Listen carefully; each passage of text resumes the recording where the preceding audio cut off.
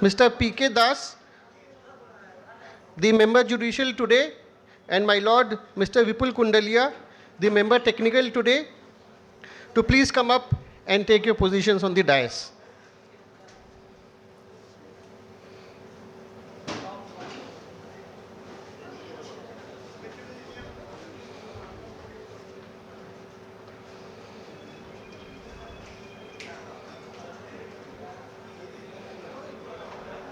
Please give a big round of applause to both the members.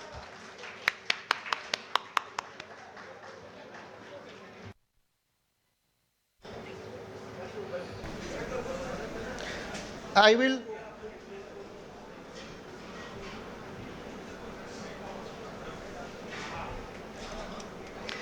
will also request CA Ayush Jain, the court master for the day, and CA Sukrit Sinha, assistant court master, to please come up and take their positions.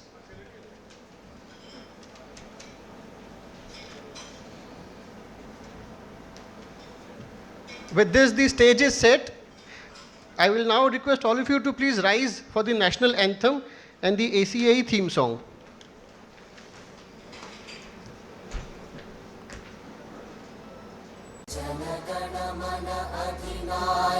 जय हे भारत भाग्य विधाता पंजाब सिंध गुजरात मराठा द्राविड उत्कल बंगा विंध्य हिमाचल यमुना गंगा उच्चल जलधि तरंगा तव शुभ नामे जागे तब शुभ आशीष मांगे गाहे तब जय गाथा जन गण मंगलदायक जय हे भारत भाग्य विधाता जय हे जय हे जय हे जय जय जय जय हे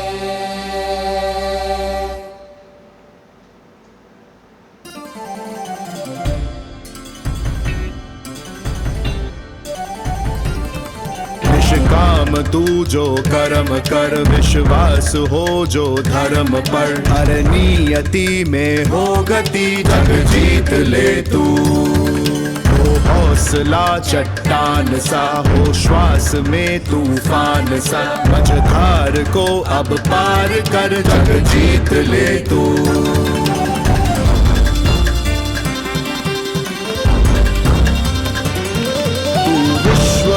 उद्घोष कर अब हर हृदय में जोश भर पहचान तू जो लक्ष्य है जीवन तेरा उत्कर्ष है जग जीत ले तू हो सत्यनिष्ठ तेरी डगर हो रोशनी हर राह पर अब बस यही पैगाम दे सृष्टि नए आयाम ले जग जीत ले तू जग जीत ले तू जग जीत ले तू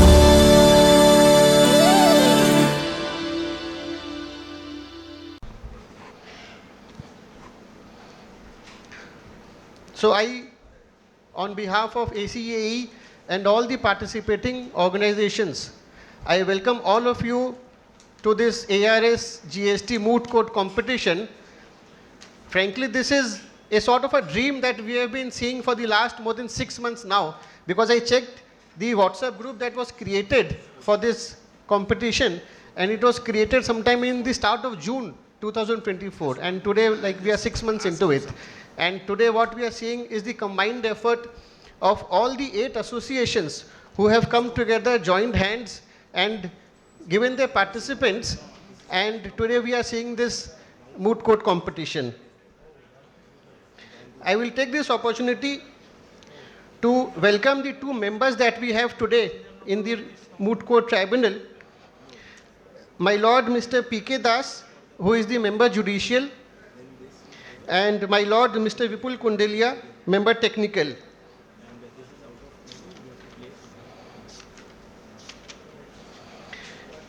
My Lord Shri P.K. Das, a practicing advocate, joined the bar in 1986. and is mainly practicing in taxation, writ matters, and arbitration. In 2006, he was selected as member judicial of the SESTAT, and he has presided various benches at Delhi, Chennai, Ahmedabad, the larger bench, anti-dumping bench, and most of the judgments of my lord were upheld by the High Court and the Honorable Supreme Court, and my lord retired in 2016. After retirement, he has been practicing as an advocate in the High Court, Supreme Court, and in arbitration matters. He has written books on GST laws and delivering lectures on GST laws and other social issues.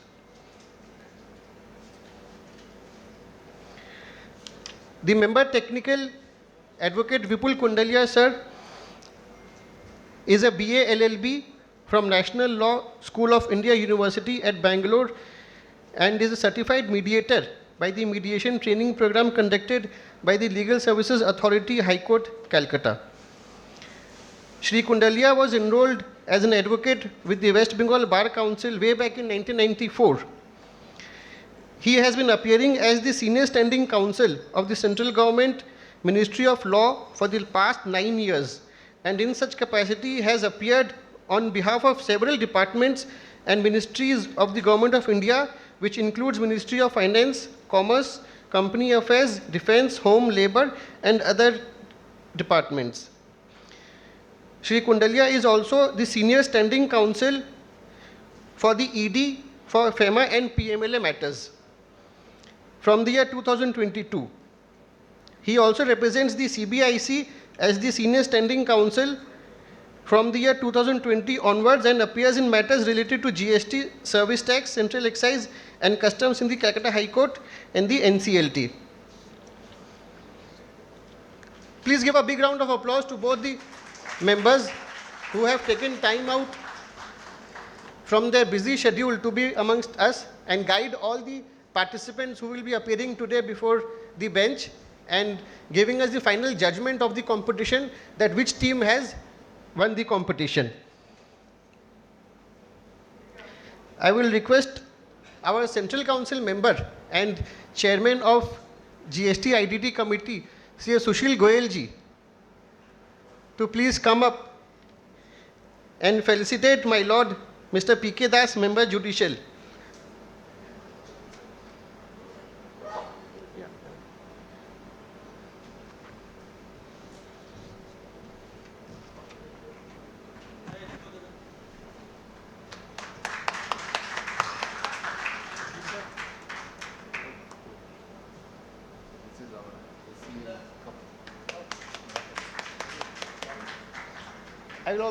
I'll also request sir to please. अच्छा नहीं तो आप ही भैया सुनिए ना, आप करिए ना, हाँ आइए. I'll also request Sushil Goyal ji to please felicitate the member technical Shri Vipul Kundalia ji.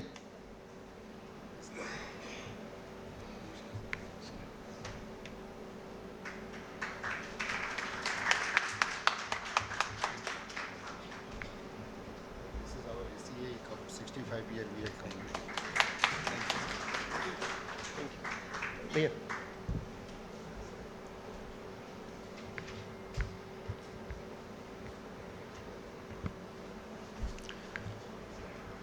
Honorable Sri P.K. Das ji and working as a technical member today, and Mr. Kundalia working as a, I think sir is working as a judiciary member. P.K. Das sir is working as judiciary member and Kundalia ji is working as a technical member. And ladies and gentlemen, very good afternoon to all of you.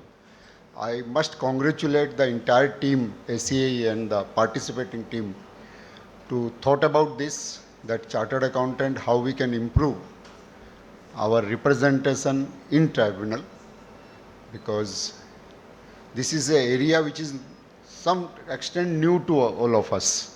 It is not an area which we already venture into it. So my hearty congratulations and all the best wishes to all the 8 teams which is participating. Two things I want to inform all of you. On 21st of December, ICI, in collaboration with the SESTAT, that is the Custom, Excise and Service Tax Appellate Tribunal, organizing a program in Delhi on 21st of December, where all the 32 members of this tribunal, which is functional in the indirect tax, GST tribunal is yet to come, but the tribunal which is functional, all the 32 members from the 7 benches across the country will be present there. We are inviting all of them, and it is a golden opportunity for the chartered accountant to be there. And I personally met Justice Dilip Gupta, who is president of the SESTAT presently, and he was also eager to share his views about the chartered accountant appearing in the tribunal, because he was recognizing that the chartered accountant is different from others. They have technical knowledge as well as accounting knowledge, which help in indirect tax. And where we lack, that also to be discussed. So this is one piece of information. Another piece of information is the 7th and 8th of February, we are going to, ICI going to organize biggest ever GST conference in Kolkata. We are expecting 1,500 delegate on 7th and 8th of February at Kala Mandir. So all please note it down. And I think whatever today we are doing is doing based on the SESTAT understanding, because we are yet to have the rules for the GST tribunal and the other framework. So once again, thank you all of you for giving this opportunity and coming here. Thank you.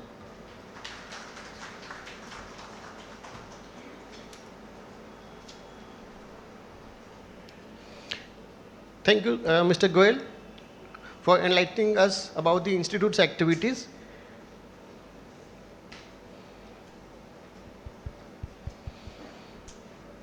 I recognize the presence of our past presidents of ACAE, Shri K.P. Khandelwal ji, who is the former Central Council member also of our CA Institute, Mr. S.M. Gupta, past president, and also the presidents of various associations that are here, Girdhari ji of Fuse, Rahul Rungta of VIP, then Sumanda of Salt Lake CA Study Circle, Vikas Batwal ji, Vivek Banka ji. Am I missing anyone? Any president of any association? So without the help of these associations, obviously we would not have been able to come together today. I will now immediately go to the start of the moot court competition. But before I hand it over, there is one very important thing that we will have to do, and that is to welcome and felicitate Shivani, because she is the golden girl of India, and she has won gold for the 6th time in the Kettlebell World Championship. So this is for you. And I will request our 2 past presidents available here, K.P. Khandelwal ji and S.M. Gupta ji, to please felicitate Shivani on behalf of ACAE and all of us. Shivani, this is just a semi-final. Huh? We will formally felicitate you in the next big conference.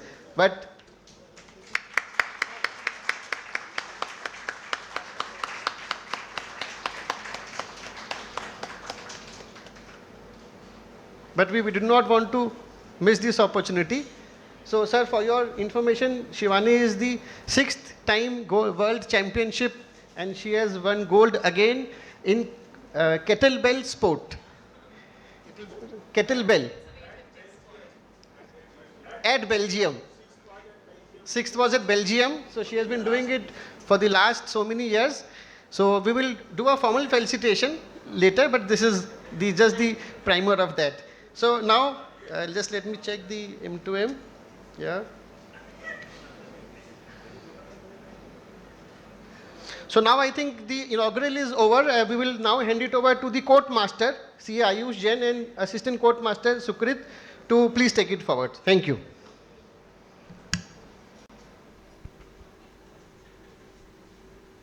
Thank you, Tarunji. Straight away start with the first case. Yes, please tell them, please announce. You will give the names. Who is appearing?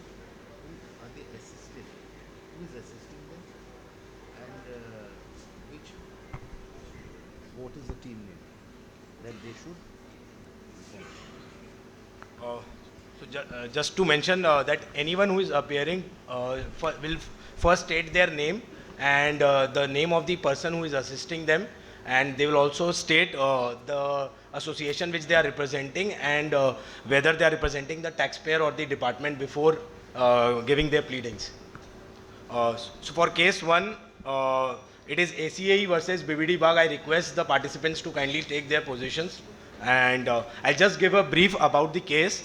The case is about a solar power generating plant. The first appellate authority issued APL 04 for 1718 on 27 September 2023, alleging evasion of tax by colluding with customer into supply of goods at 5% GST at 90% of project cost, and supply of installation services at 18% GST for balance of project cost. Supplier to take responsibility for providing the lowest landed cost, and all tenderers were required to bid for total project cost without GST. Summons had also been issued to supplier notice during investigation, and statement recorded showed that credit optimization was the reason for allocation of costs under a two-contract structure. And this two-contract structure was planned by the legal department, but there was a cross-fall breach clause that connected the two contracts in a case of breach of one of them. I'll now request the participants to kindly start with their pleading. Good afternoon, learned bench. My name is CS Swapnil Jain. I am being assisted by CS Shubham Khaitan. We are representing on behalf of ACE, and we are representing the taxpayer point of view. Thank you. My lord, the statement of facts are that the appellant has entered into a EPC project. Yeah. So my lord, the statement of facts are that the appellant is engaged in the business of providing EPC projects in the renewable energy sector. It has two business verticals. One is the material division and one is the engineering division. Both the verticals are completely independent of each other, and the material division undertakes the contracts of supply of goods for SPGS, whereas the engineering division undertakes the contracts of installation and maintenance of the SPGS. And both the divisions have quoted separately for the RFP that was issued. Okay, so there were two separate RFP, one for the supply of SPGS and the second was the installation of SPGS. So the appellant had quoted separately for both the RFP, and accordingly they had received two different contracts for the execution of the contract. Quoted before whom? Before the customer. The customer name is EcoRay Dynamics Private Limited. So we had quoted separately in front of the customer, and accordingly we have received different contracts from the customer. So two separate contracts? Yes, sir. As my lord. The first contract was for 360 CR and the second contract was 40 CR. And because the first contract was for the... What does CR mean? Crores. So my lord, the first contract being in nature of goods was taxed at 5% by the appellant, and the second contract being in nature of services was taxed at 18%. And going to technicalities of SPGS. Which part was 18%, which part was... My lord, the supply of material was 5% because it was a supply of goods, and the supply of services was 18%. And what was the amount? 360 crores and 40 crores. 360 crores is 5% or 18%? 5%, my lord. And I'm giving a brief about the technicalities of SPGS. The PV modules that was required to be installed, that had to be installed on a concrete ballast which was immovable in nature. So we could remove the ballast and transfer it to any other place. Even the scope of work which was given to us mentions this point. And the only issue that we have raised, the department has raised from the show cause till the order, is the taxability of the SPGS. So what they are saying is that it's a composite supply and you should tax as per Circular 163, which says that 70% should be goods, taxed at 5%, and 30% shall be services, taxed at 18%. Who is the they? The taxpayer, the department. So apart from this, my lord, there is no other point of contention by the department. And even the order in original and order in appeal that we have received, it's a non-speaking order because both have not have submitted any refusal to our points of submission. So both are non-speaking orders.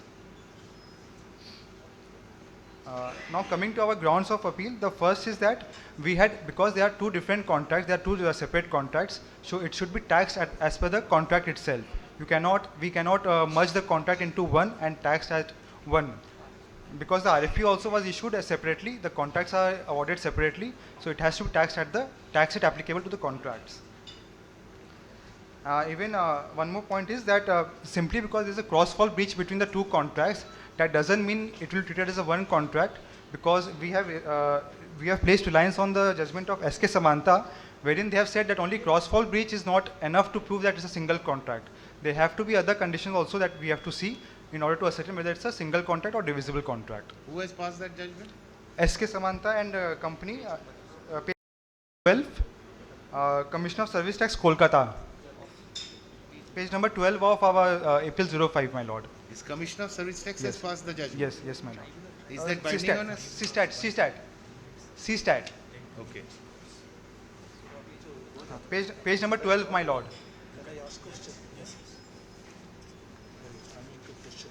Hold Listen, the problem is that very short time we have to assess the performance of this Yes, all the parties, okay? And in fact, in this short time, it's very difficult to assess. And number one, number two, you have got only 5 minutes, as the court master told me, and this time, therefore, I'm asking two, 3 questions. okay, my lord. And you have, now what we understood from your mouth, that there is a contract, there's a 2 contracts. Yes. And number one, number two, one is you are paying 5%, another is 15%, correct? 18%, my lord. 18%, right or wrong, that's different. Now question is that, what is the main ground you are confronting on, merit or limitation? Merits, my Merit. You lord. are not going on to the limitation. No, my lord. And the merit also, your case is that Two their different- case is that advance ruling against you, correct? Yes. Correct? Yes. But my lord, advance ruling is binding only on the applicant, not to us. That is one of our grounds. Huh? The advance ruling is binding only on the applicant who has applied for the advance ruling.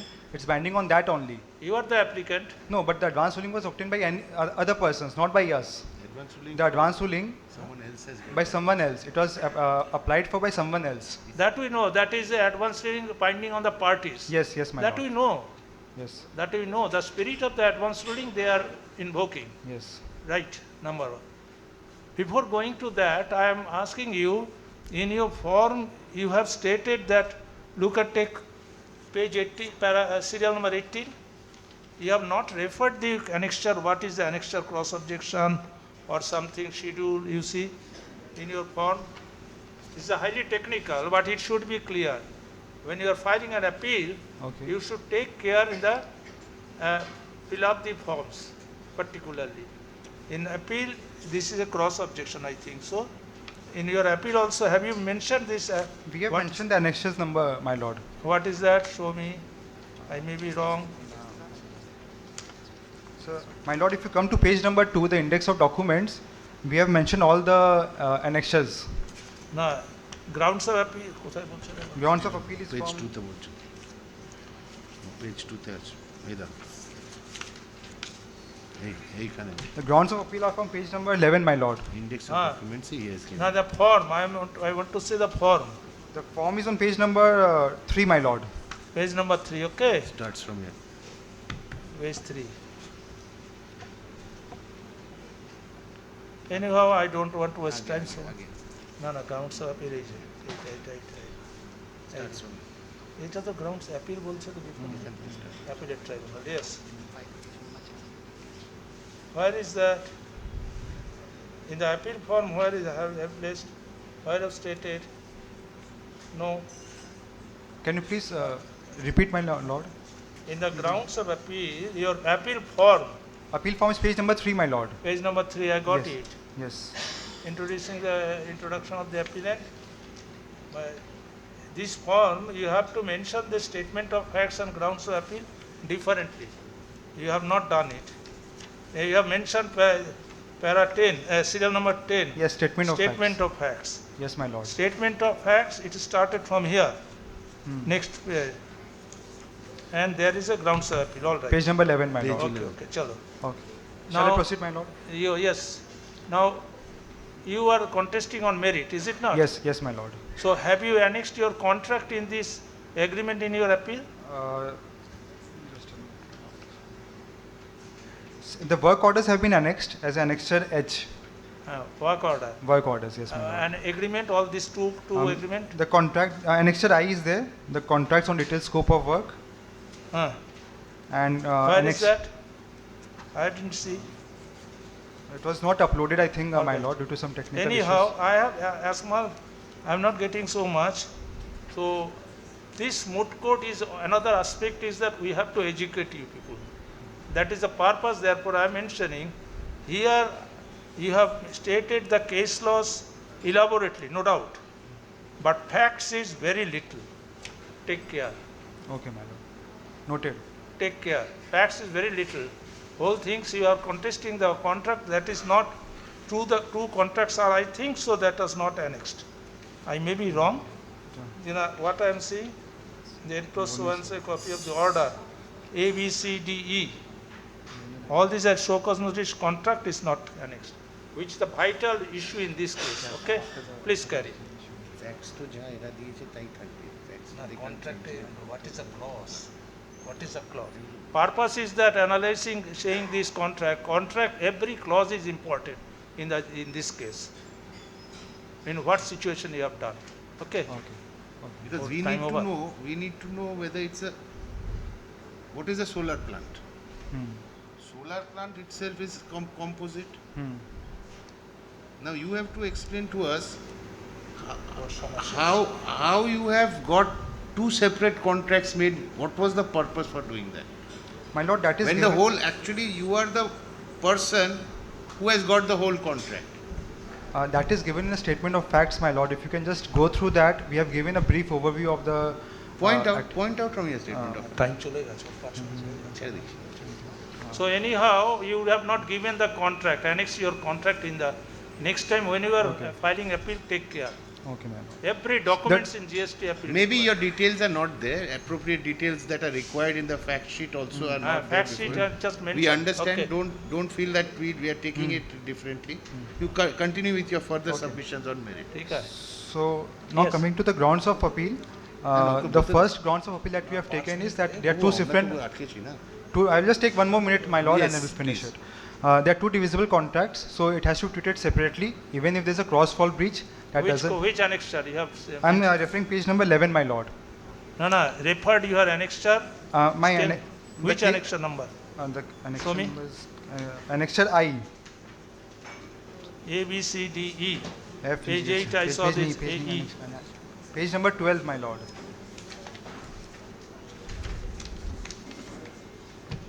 Yes. Page number 11.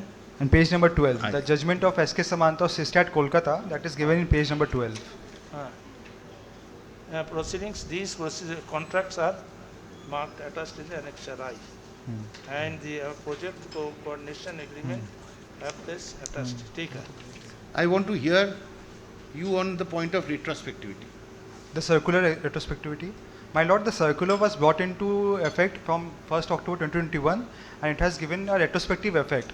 But when the transaction was undertaken on 17/18, there was no circular, there was no guidance on us how to determine the taxability of SPGS. So according to our interpretation, we have done as 5%, 18%. Because there was no explanation at that point of time, there was no circular also. So are you saying a circular cannot be retrospective if it's specifically no, mentioned? I have one more point there, sir. When the circular says that if excess tax was paid, they can't be refunded. So even the short payment of tax, if any, they also can't be demanded at a later point of time, specifically when there was no clarity at that point of time. So But that is a different point, absolutely. yes, my lord. That is a different point. Pat on the point, do you have a judgment which says that a circular cannot be retrospective? Yes, sir. Yes, my lord. We have given that judgment also.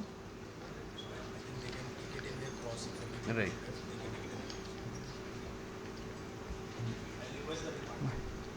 You keep that ready, let them counter, and then you keep it for your Take care. reparting.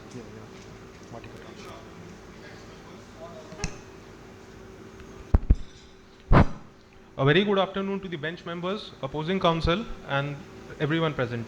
I am CA Aditya Dhanuka, supported by CA Pinky Agarwal, on behalf of BBD Bagh Professional Association, representing the respondent being the department.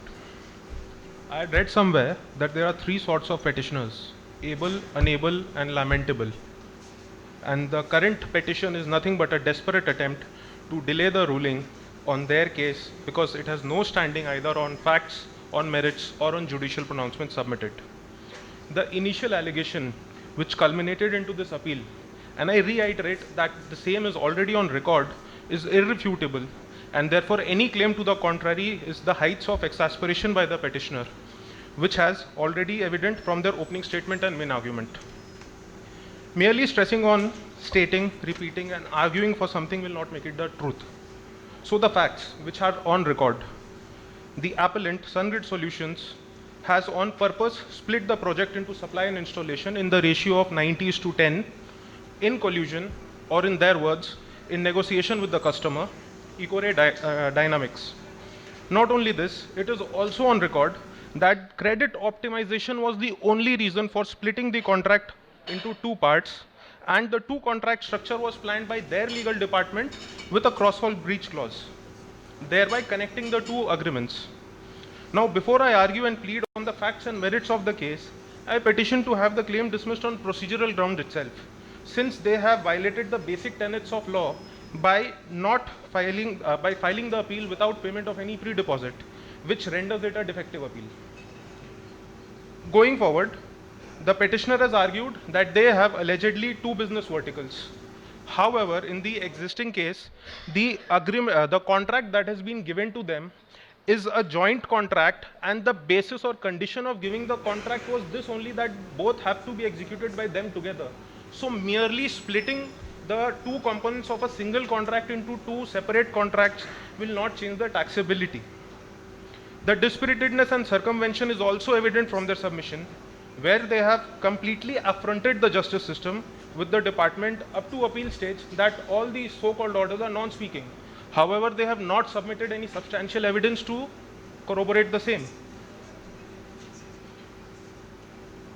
What kind of evidence would you have expected for that?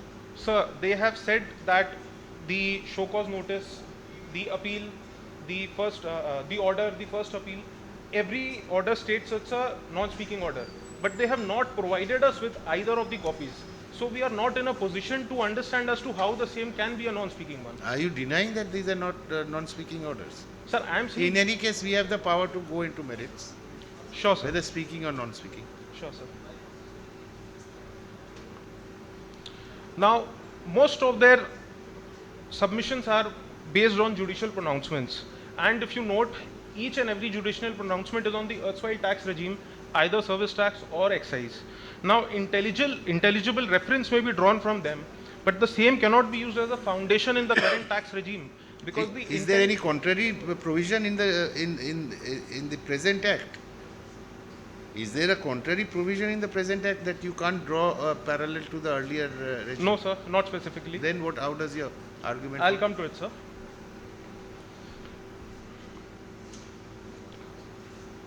Simply pleading that plant is immovable initially helped overcome the incidence of excise duty, because at that point of time manufacture was on goods and immovable property was outside the scope. But now we have a singular taxation regime.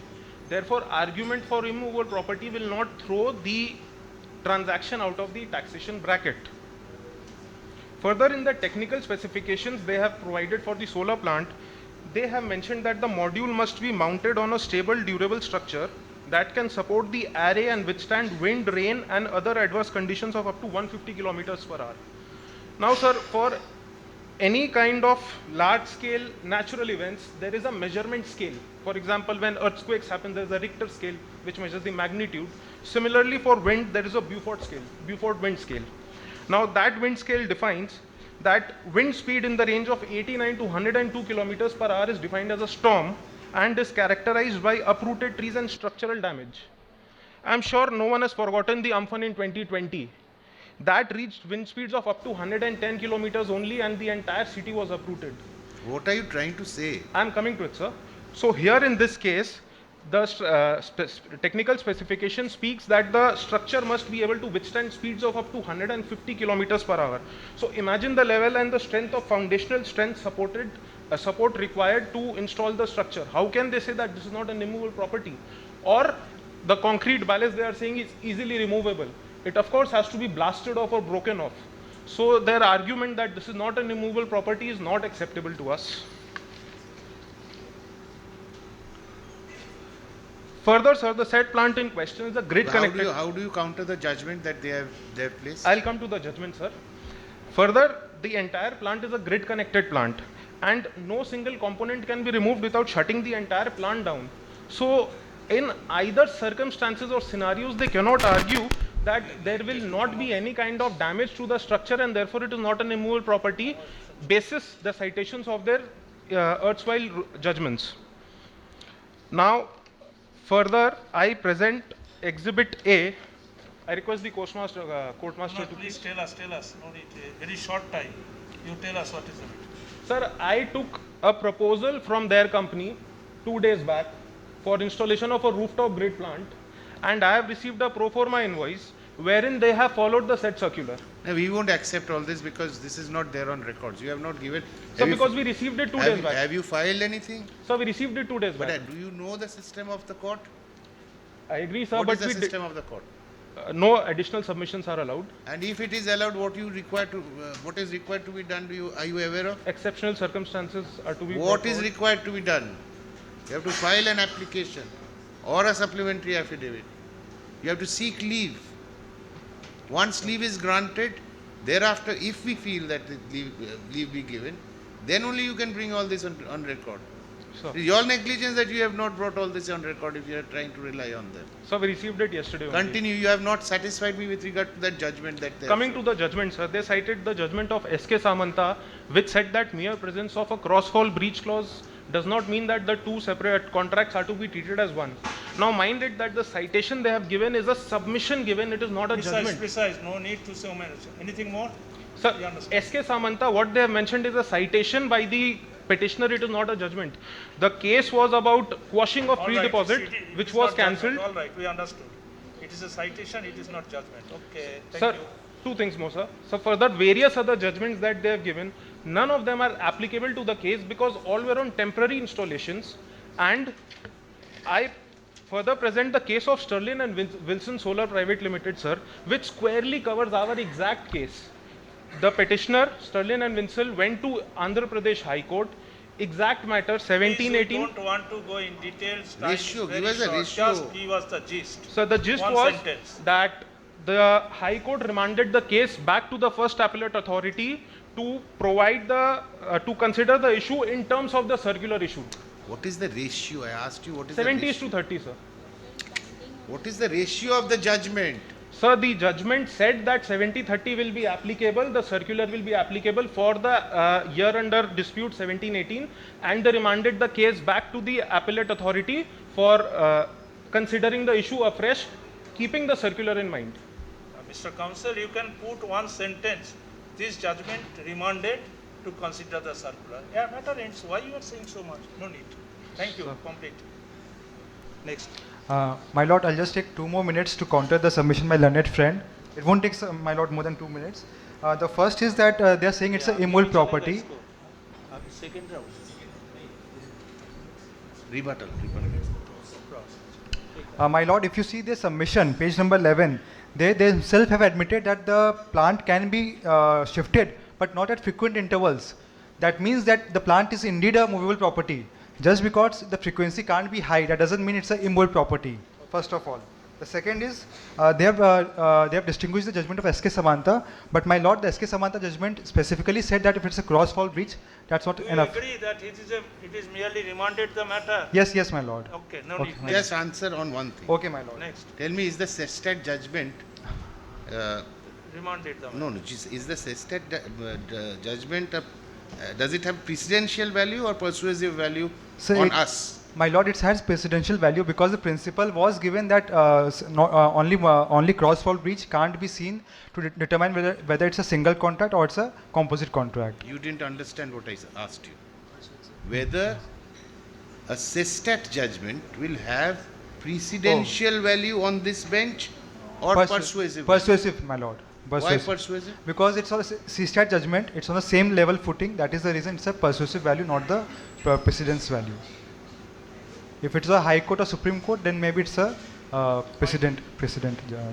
if it was a High Court or Supreme Court judgment.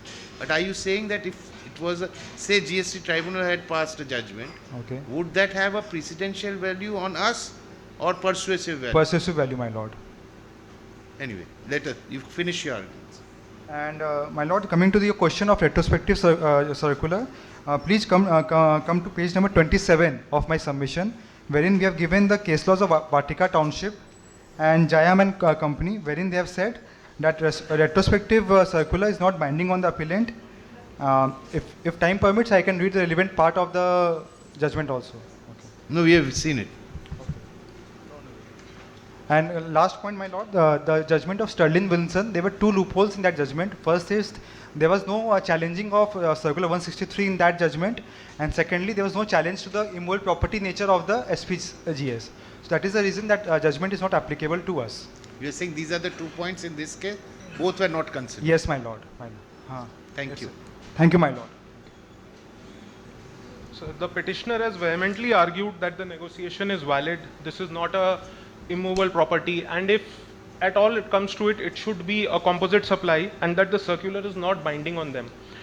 They mentioned SK Samanta. I once again bring it back that the judgment by the SESTAT was not in the favor of SK Samanta. SK Samanta further appealed to High Court, and High Court also ruled not in favor of SK Samanta, sir. So, and I once again reiterate that the paragraph submitted by them was a submission and not a citation of the judgment. Therefore, the same anyway should not apply in our case at hand. Now, they very well knew that this cannot be a non-works contract case, because that is why they had chosen a two-contract structure, and also they were aware of the adverse AR. So, they themselves submitted the credit optimization was reason for allocation of the contract into two parts. Further, the condition of the customer was also that they would award it only to the person who gives the lowest cost, and further after the contract is awarded, who gives the lowest tax benefit to them. So this is a clear-cut case of proper collusion with the customer, sir. Was it anywhere written that the contract would be awarded to only those persons who can handle both? Yes, sir. Yes, sir. This is already mentioned in the base facts given, that the contract would be awarded together. The contract has been broken down only to optimize the credit structure. These were available on the base facts which had been provided to all present. Further, sir, they could have easily done away, in order to reduce that cost further, they could have easily done away with the 10% part of 18%. Stop. The only thing is that this is the tax planning. Can you say that this is a way of evasion? That is the tax planning there. This is a, you see 1982 McDowell Supreme Court. There is a difference between the tax planning and tax evasion. Is it a case for tax planning or tax? Prepare on this point, Sir, okay? Sir, for this only I had this, but this has not been accepted. Allocated for you, we cannot proceed. Court master is always looking our face. Just stop. Understand? Sure, that is the things we both see sides. You also prepare your case. It is a tax planning. Sir, I have my And last here submission. they establish it is a tax evasion. That is the Supreme Court decision. Sir, Okay. I have my last submission. Ah. They have said that the circular cannot be applicable before date. Now, if the circular was not applicable according to them, then the entire transaction should have been taxed at 18%. The department is very happy to collect 18% on the entire amount. We are only asking for 18 on 70%. That is your happiness, but the tax, this is also circular case law issue. We will go in detail at that. Okay, next. चलो next call the next one. हाँ? इतना जल्दी कैसे लिखेंगे next matter? Just एक minute. बुला ले.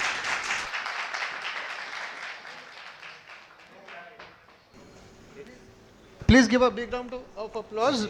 हाँ? नहीं, अच्छा ठीक है. We'll no applause, but my request to the teams is to make it short, because we have to complete 8 cases and we have to be in time. So, thank you so much. Request all participants to note that 5 minutes are allotted for their first pleading and 2 minutes are allotted for their cross or rebuttal. So kindly restrict the timing. We will be pausing the pleadings if the timing is surpassed. Moving on to the case number 2. This case is pertaining to demand for reversal of credit on allegation that supplier is not genuine and that their registrations have been cancelled by counterparty departments in those states. The associations are CKCA and PDP. Just one moment. Let us find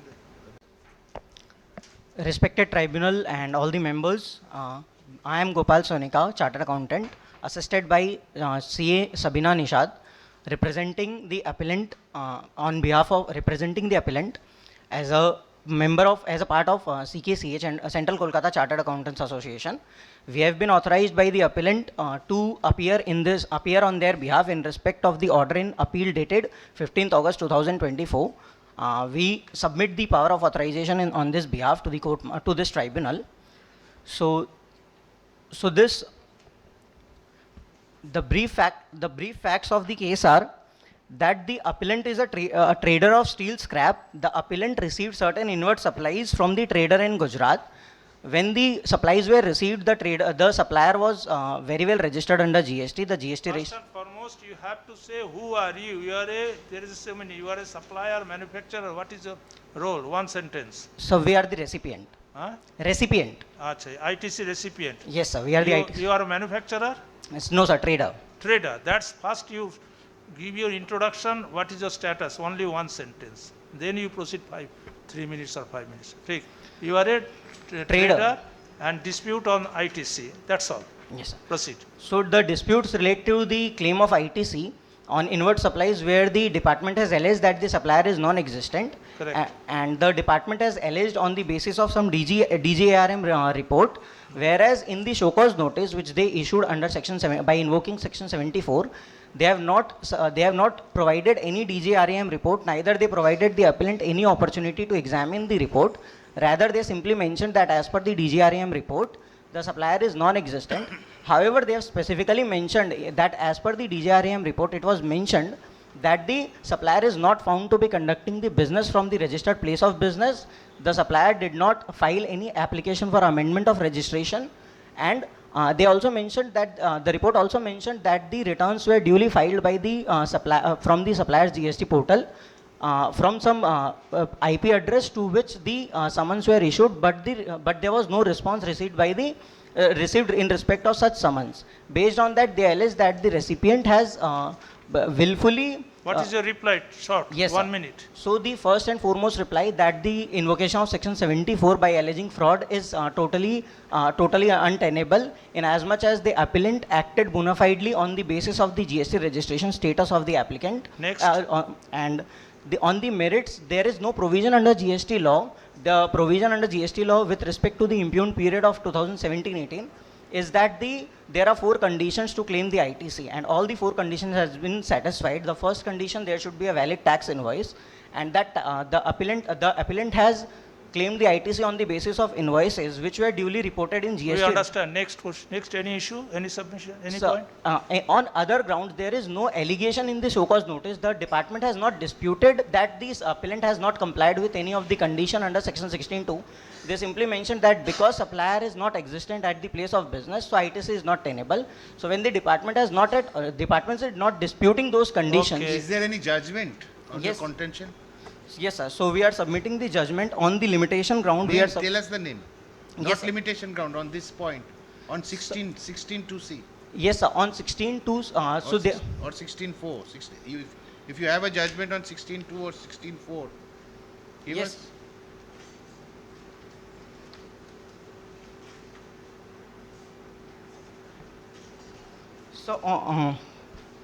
So on page number 15 of the appeal petition, Page number 18 of the appeal petition, 18 or 15? 18, 1-8.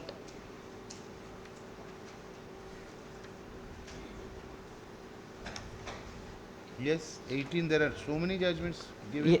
Yes, sir. So Which one are you relying on? So in all these cases, the ratio was that because the supplier is non-compliant, Tell me one judgment, one specific judgment which you actually rely upon. Thereafter you come to which is the best judgment among this. so in case of the Suncraft Energy Private Limited and Assistant Commissioner Which one? State. Which one? So number 8 on the list. Suncraft. Yes, sir. Whose judgment is it? So Calcutta High Court, it was in the case of Suncraft Energy, it was Calcutta High Court. Later it went to Supreme Court, but the Supreme Court dismissed in limine. What did Calcutta High Court say?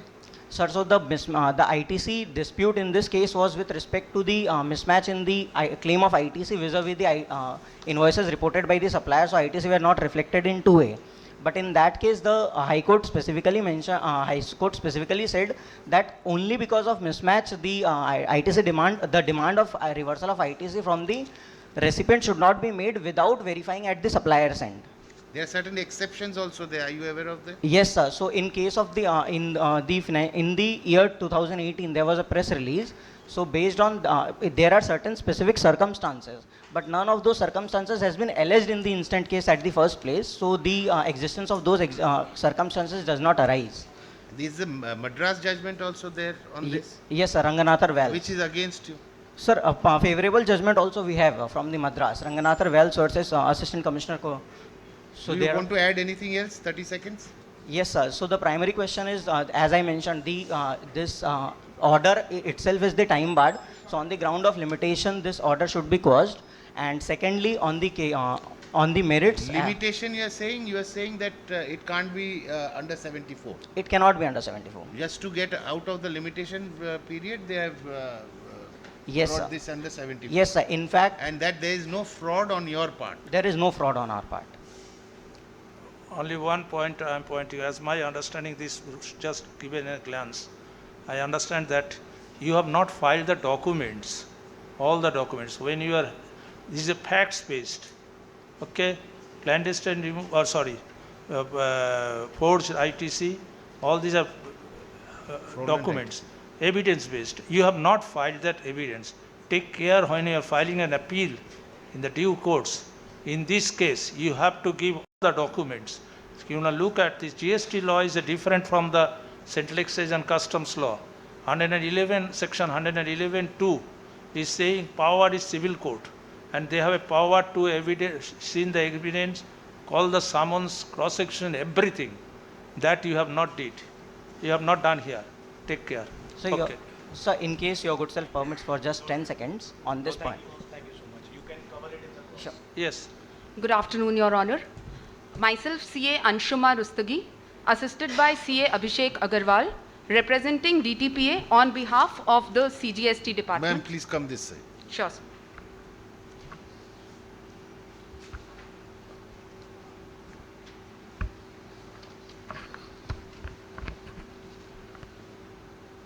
I will try to be as brief as possible in my submission, sir. I would do away with section 74 in the very first place, saying that the show cause notice was issued on 8th August 23. The show cause notice against under section 73 gets time barred for 1718 on 30th September 23. So in any case, you So would in have any been on time. case- Even under 73, you would have been on time. Absolutely, sir. Next point. Next point, sir, we are not arguing on the basis of whether the supplier was genuine or not, or whether the supplier filed their GST returns or not. The credit is duly reflected in GSTR 2A. The returns have been filed are the facts of the case. So Suncraft Energy is distinguished. Secondly, our case is... How is Suncraft distinguished by Sir, this? Suncraft Energy was based... Yes, sir. Suncraft Energy was based on the fact... First, listen to what Absolutely, I am saying. sir. Please. GSTR 3B, there is a difference between 3B and 2A. There is a mismatch. Now, it could be because of someone who has not put in the tax, the supplier. What is his fault? I'll tell you, sir. Our premise is that the recipient has not been able to prove the receipt of goods or services. The recipient contends that they are a trader of metal and they have received goods from this particular supplier. Have you made out a case of fraud and fakeness? Yes, sir. Our case is totally based on fraud and fakeness. The supplier is not genuine. We are hearing of fake invoicing, racketing every... Barring the supplier not genuine, for which you have cancelled the registration, have you taken any steps against that party? Sir, we have tried to look for the supplier. The department DGGI has investigated in Gujarat against the supplier. Any proceedings pending against the supplier? Yes, sir. The DGGI has cancelled the registration of the supplier from retrospective basis because they have not been able to trace the Your authority supplier. cancels registrations just like that, No, without sir. any proceedings. No, sir. There is a panchnama. There is an investigation. Anyway, carry on. After that, next. Sir, the goods. How do you get out of Suncraft? Tell me. I'll tell you, sir. The recipient has not been able to prove that the goods have been supplied to the recipient. We are relying on the Supreme Court's judgment of Ecom Gill Coffee Trading Private Limited. What does the recipient require to show you that he Sir, has received first the of goods? all, they need to show us the transport documents. When we are talking about goods, Are you there saying should you be- have not, the transport documents are fake? Sir, the transport documents That have is not not been on provided. record. They have That not. is They are not on record, No. sir. You have made out a case. You have to say in the facts that yes, these transport documents are fake. You have to come to a finding. Sir, the No transport. such finding is the there. transport documents have not been provided itself. If you refer to the Who will submission, provide? You will provide. You are the department. Your department has not made out a case on that. Next. sir, the payment proof is not there. Whether the supplier has been paid through bank statement or not. There is no e-waybill provided. 1718 e-waybill was not applicable. So Have transport you made out document. that case again? Yes, sir. We have made out that case earlier. Show me here in your memorial.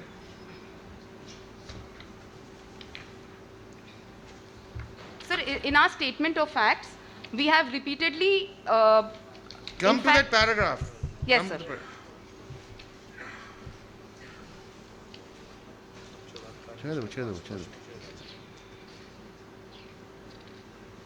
See, sir, we are referring to paragraph number 25. What is there in 25? Paragraph number 25 to 28. In 27, we are saying that there are no transport documents to prove the movement of goods. There are no payment slips or goods receipt notes to show that the goods actually existed against the invoices issued. We'll come to paragraph number 28, where we have said that a simple purchase and stock register does not indicate that goods have actually been received. In fact, if we see the submission of the appellant, submission number, paragraph number, sir, I would refer to page number 16 and 17, paragraph 33, the submission of the appellant, wherein they have written just one line saying in para 33 that we are showing the purchase and stock register. That is all. Beginning of page number 17, sir. Paragraph number 33. The time is up for the first round of pleadings. I'll request you to take any further points in your cross. Thank you, sir. Do you have any other point Sir, still we to would, make other than these points? Sir, these are the two. We would like to rely on certain case laws, which are Ecom Gill, Anil Rice Mill, and Medgood Tiles. Anil Rice Mill by the Allahabad High Court and Medgood Tiles by the Karnataka High Court. Have these judgments taken into consideration Suncraft? Yes, sir. In fact, judgment of shift trading in Allahabad High Court. No, sorry, sir. Medgood Tiles and Karnataka High Court has referred to Suncraft And differentiated. and differentiated, sir. Is that applicable in the Calcutta jurisdiction? Absolutely, sir. It is. Which is applicable? Calcutta High Court should. Sir, of course, Calcutta High Court would be more applicable Thank than Karnataka you. High Court, but the facts are distinguished, sir.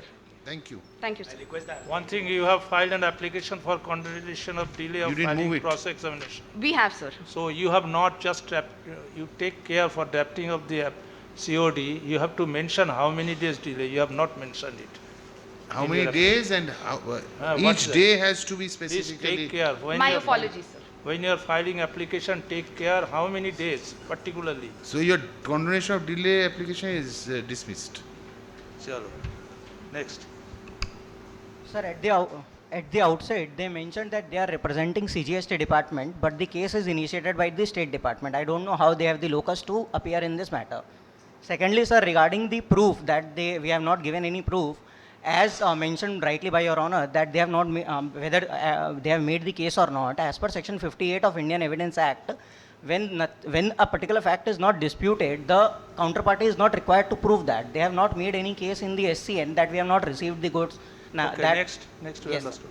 And sir, last that the DGRAM report which they are relying upon, they have not submitted to us. If they have submitted, they must have the copy. Even in the cross objection. Have you asked them for non-supply of documents? Have you moved anything? Sir, yes sir, during the SCN also and in the appeal petition, we have reiterated that these documents, this has not been provided to us. They have simply mentioned that because supplier is not found to be doing business, ITC is not eligible to us. So without supplying, without receiving the relied upon documents, you filed the reply? So we are only replying that we have complied with the condition that we are required to comply. Without receiving the non-relied upon documents or relied upon documents, you have filed the reply, no? Yes, sir. we have protested it. Sir, we have not taken to the you have not gone to the High Court or something. You have not done it. Sir, because we had the appellate mechanism, so we replied to the notice. Tell us, how do you, what do you have to say about the Karnataka and the Madras judgment? Sir, in the vis-a-vis Suncraft? Yes, sir. So the judgments that they are relying upon, they have countered our judgments, saying that a burden of proof lies on us. But as I mentioned, we will prove something which when they disputed at the first place, but they have not disputed that we have not received the goods. Now at the time of filing cross objection, they are saying that this has been mentioned in the DGRAM and all, but they have not submitted those documents to us. Thank you. Thank you. I'll request the department side to kindly give their comment. Sir, we would like to close by saying that from the very beginning, the contention of the department has been that the goods have not actually moved, and without underlying supply of goods, Section 16(2)(b) itself fails. And since conditions of Section 16, the ITC is not satisfied, therefore ITC is not available. Time and again, the Supreme Court and the Apex Courts and the High Courts have held that ITC is not an entitlement, it is a benefit which has been given by law, and the burden of proof under Section 155 of the GST Act is on the onus to avail and prove the genuinity of the ITC is always on the recipient who's claiming the ITC. It is not on the department. We have not received any documents proving actual physical movement of goods. We are supported by the Apex Court in Ecom Guild Coffee Trading and further by High Courts in Allahabad and Karnataka in M-Trade Links, Shift Trading, Medgood Tiles, Anil Rice Mills. Interrupting, time Yes, is too sir. short, every time I am saying. His main contention is that you have not supplied the relied upon documents. Is it correct? No, sir. The You have DGRM, not said anything on this point. the That is the point of natural justice. the Panchnama, which has been He is saying that he is not, this is a natural justice point. If you not fulfill the justice, we cannot. Sir, under Section We have to set 160 aside subsection your 2, order. under Section 160 subsection 2 of the CGST Act, the appellant was authorized to ask for such documents. No such application has been received from the appellant's That end you also, say, sir. that you have not said. What he is saying, we have accepted him. When we Right, are sir. asking, you are saying. Right, sir. Okay. Thank you. Thank you. Thank you. Chalo. Thank you so much, sir. Just give me the names of this team.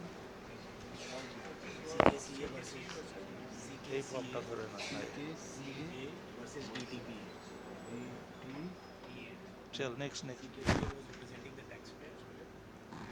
is a petition. Petitioner. So, see. Yeah, see. Mix করে দিচ্ছি। हाँ, चला जाए।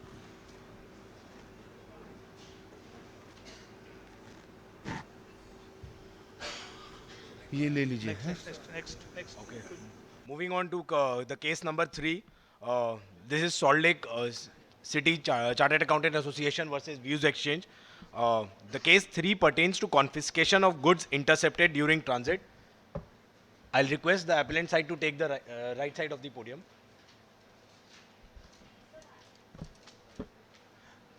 And once again reiterating that participants are requested to kindly stick to their timelines and give their pleadings in brief. बेचारे उन लोग का दोष नहीं है, हम लोग ही कहेंगे।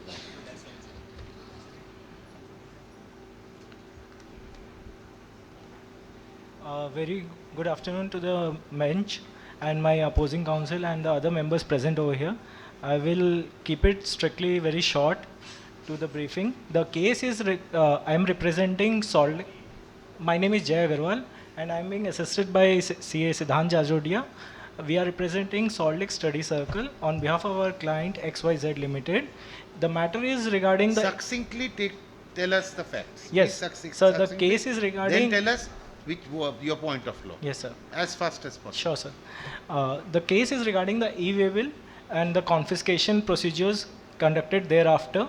The confiscation procedure were conducted based on the interdepartmental reports which were not shared earlier, and we had stated while again and again while filing our reply in the show cause notice or the appellate forum or now again over here, that the order for confiscation was a non-speaking order stating that it was totally based on the interdepartmental communication, whereas the MOV 10 received by us stated that the rate of the goods was supposed to be 18% instead of 5%, so that it's a case of 129 instead of section 130.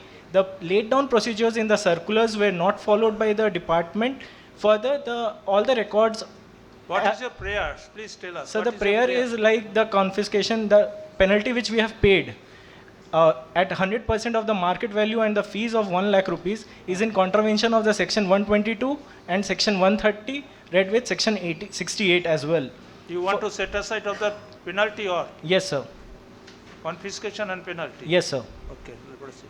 Further, sir, the facts were on records, like the e-invoice and the e-waybill were present with the vehicle when intercepted at 11:30 a.m. The invoice was generated at 11:05 a.m.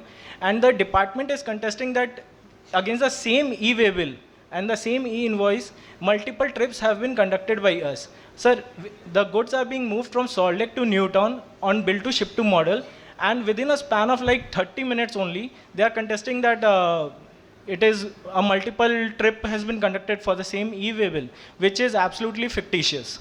And they are contesting that the section 130 should be invoked, considering that malified intention is there for evasion of penalty against the usage of the same e-waybill on multiple occasions. So we have relied upon 2 of the judgments. However, one has been quashed. And your fact is over? Yes. Nothing more to add nothing in the more, facts? Nothing more, sir. Okay. Is this an admitted fact that the difference is 30 minutes only? Sorry, sir? The difference in time is 30 minutes only. Is it an admitted fact? Sir, it is on records. On record means admitted fact. Yes, sir. 30 minutes means 2. What is that 30 minutes? First e-waybill material. E-waybill and the e-invoice were generated at 11:05 a.m. on the GST portal itself, and later on MOV 10 was issued at 11:30 a.m. on the GST portal. Contesting at a later stage, over there it was mentioned that the rate of the goods. It was the 11:05 a.m. or a.m. 11:30 a.m. but 11:05 a.m. a.m. Okay. No need for case law. Let us proceed. Okay. No need for case law. If you say that. Sure, sir. If you have any other point? Very short Sir, case law. 1 sentence. Yes, sir. Sir, there was no communication under section 130 bracket 4 to us for such reasons of confiscation. They have not followed the circulars, section circular 4166, and we have also applied for RTI under RTI for the CCTV footage which they are contesting, like based on which the multiple trips have been conducted, but we have not received it yet. Do you have any Calcutta High Court judgment? Sir, the Calcutta High Court judgment is there for Ishan Plastics, which states that if the malified intention is not proved and the validity of the e-waybill was just 1 day delayed, then you cannot make out a case and impose penalty on us. How have they made out a case in the before the appellate forum? Yes, sir. They have made out a case stating that multiple trips have been conducted on the same e-waybill, whereas the timing difference is just for 25 minutes. In 25 minutes, how many trips can one conduct? To that, what have they said? When you have said just 30 minutes or 25 minutes, before the lower Sir, they have not contested on this point. Before the lower authority, there is no. They have not. They have not spoken about this point. Okay. I'll now request the department side. Good afternoon, sir. I am CA Ayush Agarwal, accompanied by CA Sakshi Jhajaria, representing the department, and we are representing Views Exchange. Now, coming to the case, since the very beginning, the appellant is trying to distort facts. They are stating facts which are incorrect, and they are trying to mislead the honorable bench of the tribunal. Please give us the facts, what Yes. is incorrect, no need to. So, at just a moment, they have stated that they have mentioned about some timings of e-way bill. It is not a record, they have stated that this is a recorded fact. I want to ask where it is mentioned in the memorandum submitted, in the application submitted by them. You show us that it is not. Sir, it is not there in... Show us. Sir, I would like to attract your attention to para 2 of the application filed by the appellant. Page 5 of the appeal petition.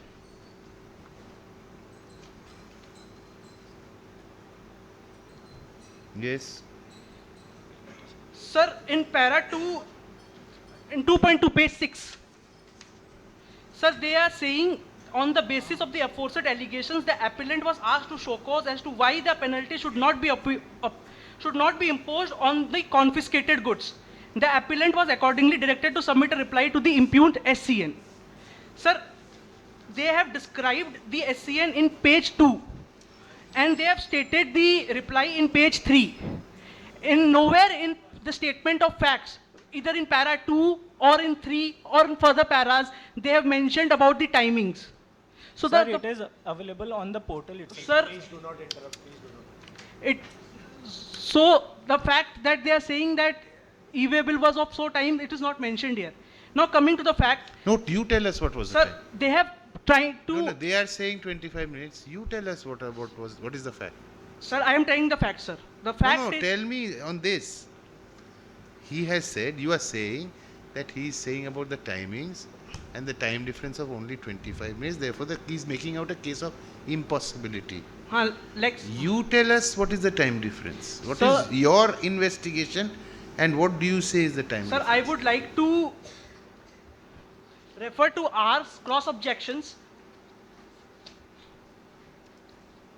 Page 10, para 7.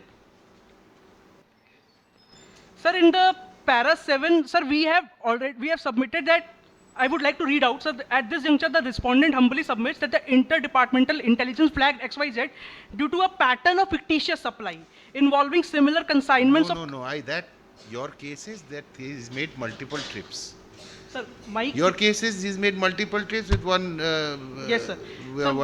I have two contentions against them. No, you didn't answer what I am asking you. Yes, sir. I have that case. You are saying he has made out a case? No. It's just 25 minutes, there is an impossibility. To that, how do you counter saying that no, this is the time difference. And this was possible in this time difference. Yes, sir. And he is wrong, you are right. Sir. How do you say that? I'll like to invite the you are saying multiple trips. Okay, sir, from Salt Lake to whichever place. I'll prove, sir. I'll prove.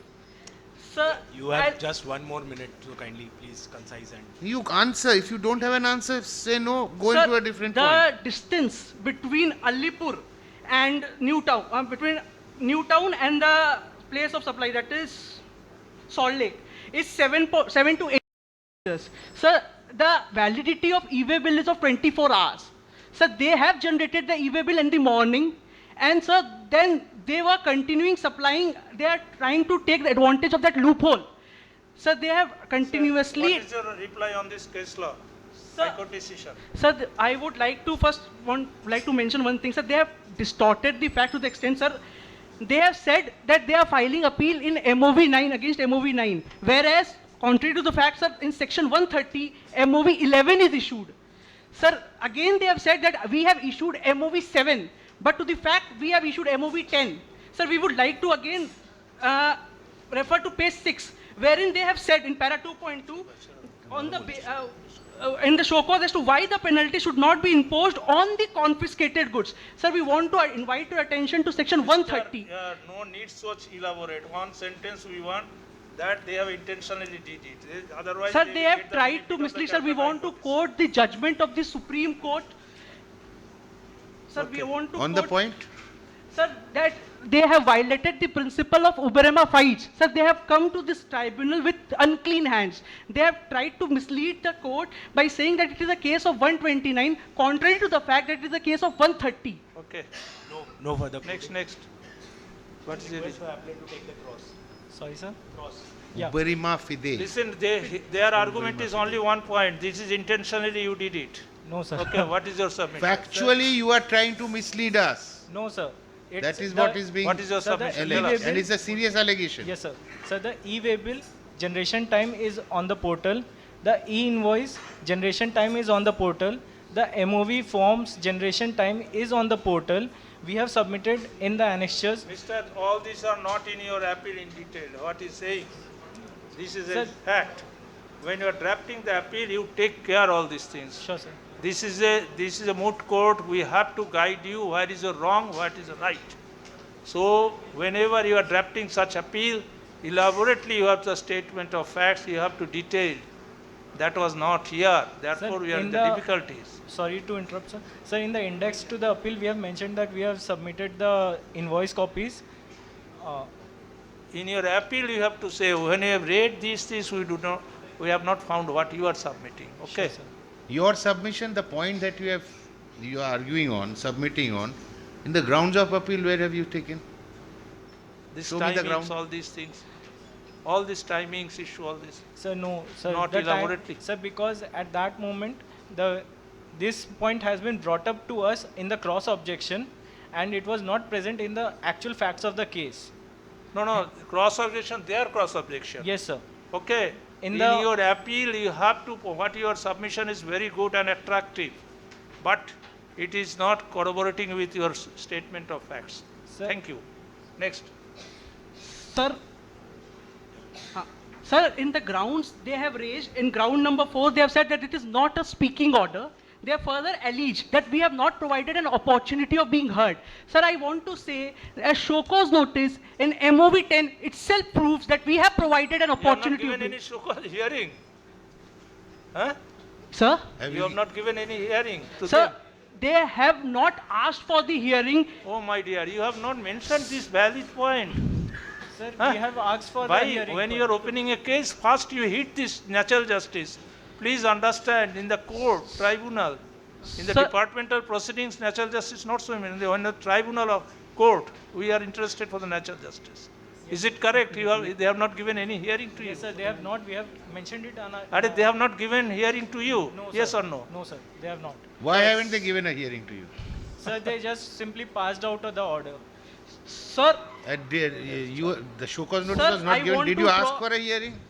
Sir, in the show cause notice reply, we, yes, asked for the hearing. You sought for a hearing. And how have you countered that in your cross objection? sir, they have never asked for the hearing. I want to draw your attention to reply filed in para 3 of their submission. They have only said that they have valid e-way bill. Mister, we are not going in details so much, but you have damaged your case. Very frankly, I am telling you, to learn you, to teach you. When they have not pointed this opportunity of hearing, why you have mentioned, you should not. Understand? Take care. Sir, Don't take it seriously. no, sir, we have provided them the opportunity. Mister, he had not argued. This is his lapse. You have given opportunity to him. Sir, only Please closing don't. remarks I Thank want you, to state. Thank you, we understood. Closing Next. remarks. What happens sometimes in over exuberance we say Ah. things, and that is your advocacy skill. You have to know how much to say and how much not to say. Thank you so much. Thank you. Anyhow, this is both sides, 50-50.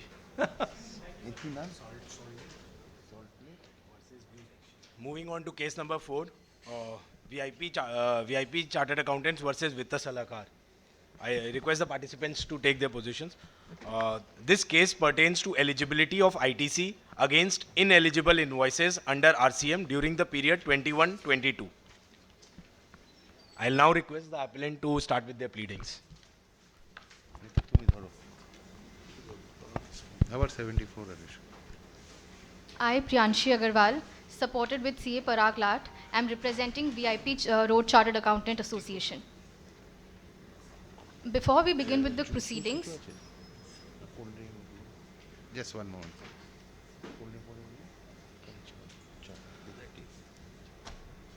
Carry on, please. Before we begin with the proceedings, this being my very first hearing, I would request a moment of your lordship to share my inner feelings. दुश्मन ना वो काम करो जो दोस्त ने किया है, मामला को घुमाने के लिए फैब्रिकेशन के नाम से हमें बदनाम किया है. To begin Listen, with, madam, one thing. When you, everybody I am asking, saying, when you are opening your case, first one sentence issue, second sentence, what is your prayer, third is fact.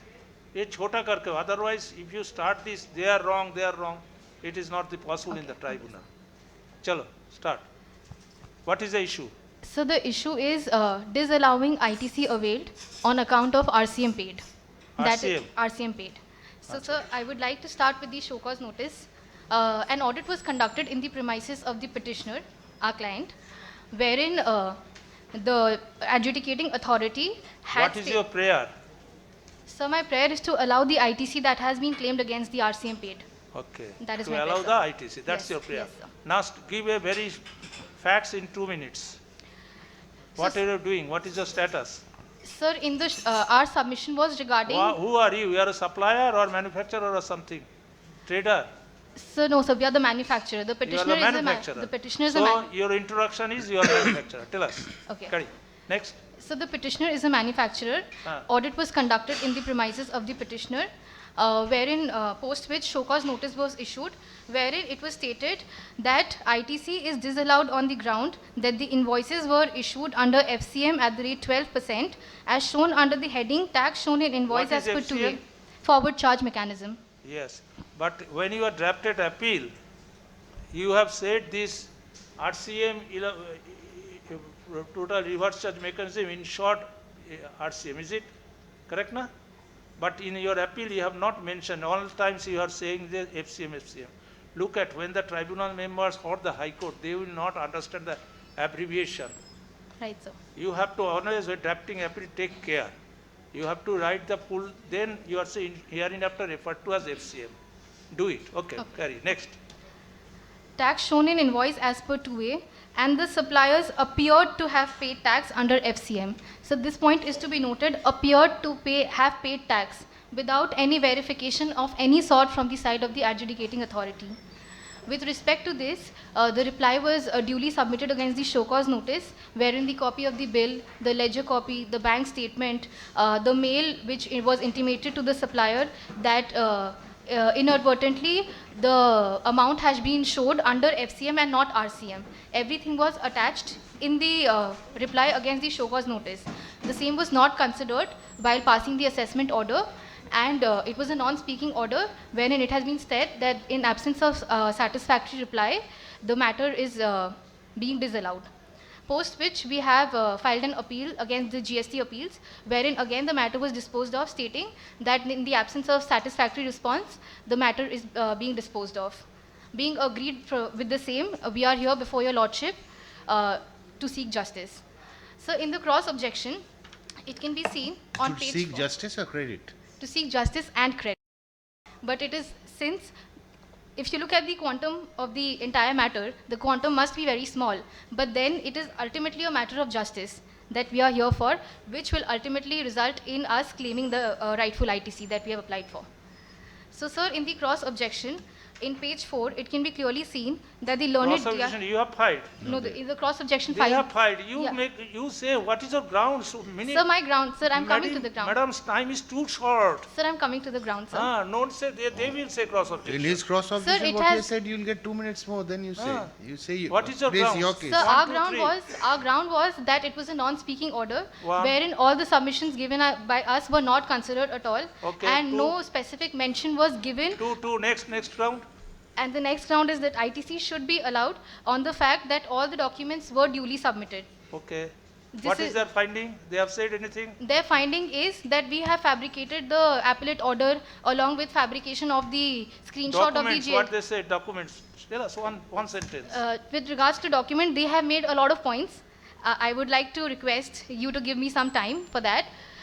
Number one, with respect to the bank statement that we have submitted, the learned DR has mentioned. No, what is the other documents?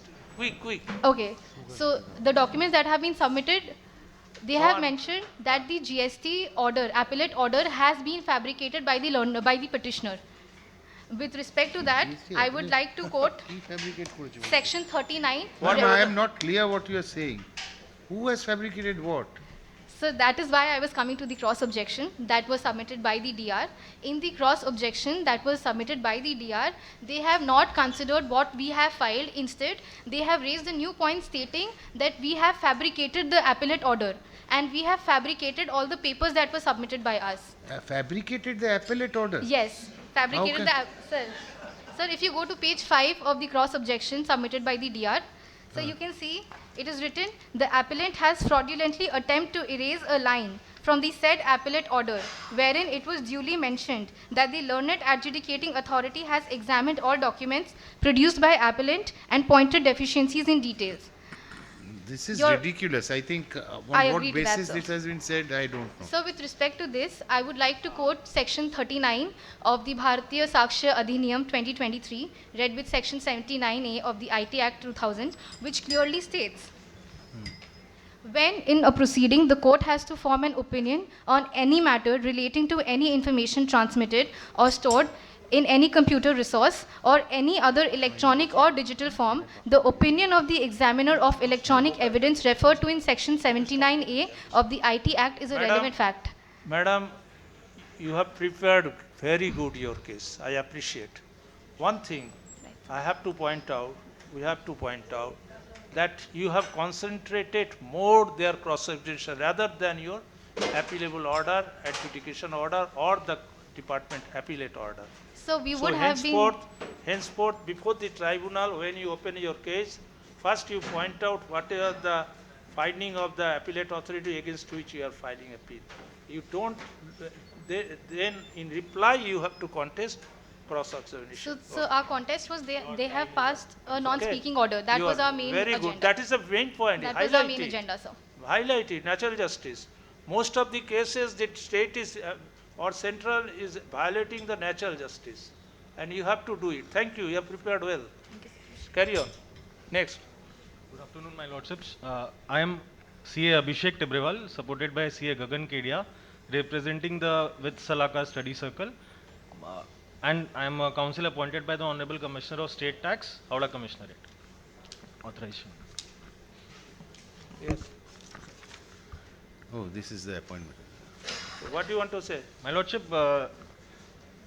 we are requesting that the original adjudication order, ensuing appellate order, may be upheld and the appeal may be dismissed by as filed by ABC. Why? As because they have firstly defrauded the revenue, they have continuously misrepresented before the adjudicating authority as well as the appellate authority, and of course before this honorable tribunal as well. What is this? What yes, is my that? lordship. As they had submitted the copy of tax invoice, ledger of the supplier of services, bank account statements stating or correlating with the ledger accounts, and consignment note. The learned adjudicating authority on the first stage itself has very deeply refuted all the documents and pointed out deficiencies in detail. For example, put it all this very Yes, yes. precise submission. Tell us what they say. Firstly, they have said that the consignment note is not issued as per the prescribed rules. Okay. The consignment note does not even bear the name of the consignor or the consignee. Who is issued the consignment note? This consignment note is supposed to be issued by the supplier of service to the appellant. That is not their mistake. They have presented it as They a have presented. That yeah, is not relied upon okay. document. Next. So their That is only they are not mistake. My lordship, their only point is that on the basis of this very document, they have claimed credit under reverse charge mechanism. The whole sole basis of this case is this document, which itself is incorrect. Okay. Secondly, the ledger account submitted by them in respect of the supplier contains transactions which are over and above the bank statement produced, all by themselves, which have been duly represented before the tribunal, and documentary evidence has also been collected by the adjudicating authority at the adjudication stage itself. Now, as regards non-speaking order, my lordship, they have, if I may seek your kind attention to page number 14 of my cross objection. This is an extract of the online portal, wherein it may be seen that the adjudicating authority had uploaded 3 numbers of files on the portal after his adjudication order. They have only annexed 2 NOS documents. One of the documents which was uploaded online has not been presented by the appellant at any stage. This was the detailed order wherein all the documents were examined, all the necessary communications were done by the third parties, their confirmations were required, and all the documents produced by them have been proved to be fake or faulted. And on this detailed order, the adjudicating authority himself has passed a detailed and speaking order, and no further allegation of non-speaking order stands good at this stage. Just one sentence. They said this is a documents they have placed. Have you made any verification? Yes, my lordship. That you We have said. verification has been made, Please, and please, when you are arguing a case, first you, without going there wrong, it is not. This is a civil suit, it is happening. But the tax matter, you state, give us the picture, right or wrong. Okay, what is right, what is wrong. Don't, okay, now let us hear. So with respect to this, I would like to highlight section 39 subsection 2 of the Bharatiya Sakshya Adhiniyam, along with section 79A of the Information Technology Act, which clearly states that the court has to form an opinion. Madam, he has not said all these things. You have to give the reply. You tell us, he is saying they have passed a speaking order. So, sir, they have not attached any verification from any IT report with respect to that. We have got the documents wherein we have certified, we have got an affidavit certified by the IT cell, which clearly shows that the documents submitted by us were true and were not misappropriated at all. You have filed the documents, they have not verified. They have not verified. They have just attached a screenshot without submitting that what they are submitting is true and what we have submitted is false. Okay. So that is your submission that they have not verified, correct? They have not verified it at all. This is your main submission. Yes, sir. This is my, and along with that, sir, with respect to the verification report that they are talking about, with respect. They have not given you a verification report. They have given you any verification? Sir, they have given us a letter from the bank wherein a statement has been given from the branch manager that the verification. They have given you the verification report. Sir, correct? with respect to the bank statement, they have not given us a verification with respect to the apparently alleged. Yes, that is the point. Yeah, they have not given us that. Chalo, They have not given us that. She is saying very important point. She said, no, I have only you have verified ledger account. Others you have not verified. My lordship, What the other documents have been presented by the appellant themselves. That document itself is infructuous. And we verification. What, infructuous? Yes, my lordship. How infructuous? My lordship, these documents have not been issued by the supplier themselves. On verification, the supplier has already filed his GSTR 2A, which is on record, which is a part of the facts. So how would that make it infructuous? It will, you cannot either consider it, not consider. How is it infructuous? My lordship, even if we do not consider that, now what they have produced. What do you mean by infructuous? You are using very strong a word. Infructuous. This is not correct word. Absolutely. Please understand, she is saying you have not verified from the customers. She said another, you have given a verification report only a particular ledger. You have not done others. Agree, disagree? My lordship, disagree. But the verification from third party was only of the bank statement. That document itself has been produced. Third party involved was only the bank. Please give the answer straight away. Yes. We can give you opportunity for verification. We have power. Absolutely, my lordship. But you have, if you say no, you have verified, give a clear answer. My lordship, this order itself says that all the documents have been verified, and at this stage the additional evidence should not be accepted as per Rule 112, which they have. Thank you. Moving on to the next case, BBD WAG versus ACAE. I'll request the participants to kindly take their. I've switched on the sides. So now BBD WAG will be representing the taxpayer and ACAE will be representing the department. Yes, problems are different. So this is a case on demand of tax on output services of cruise. ACAE. I'll request the appellant to kindly.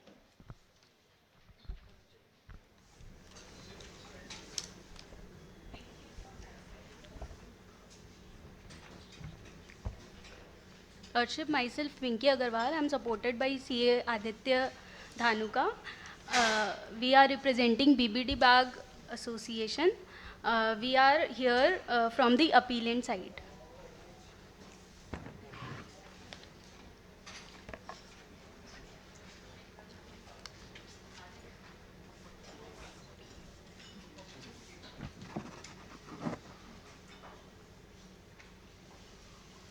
Lordship, issue involved in this case is related to value of supply. Here, Just. yeah. Additional submission. Lordship, this is synopsis of argument and not an additional submission.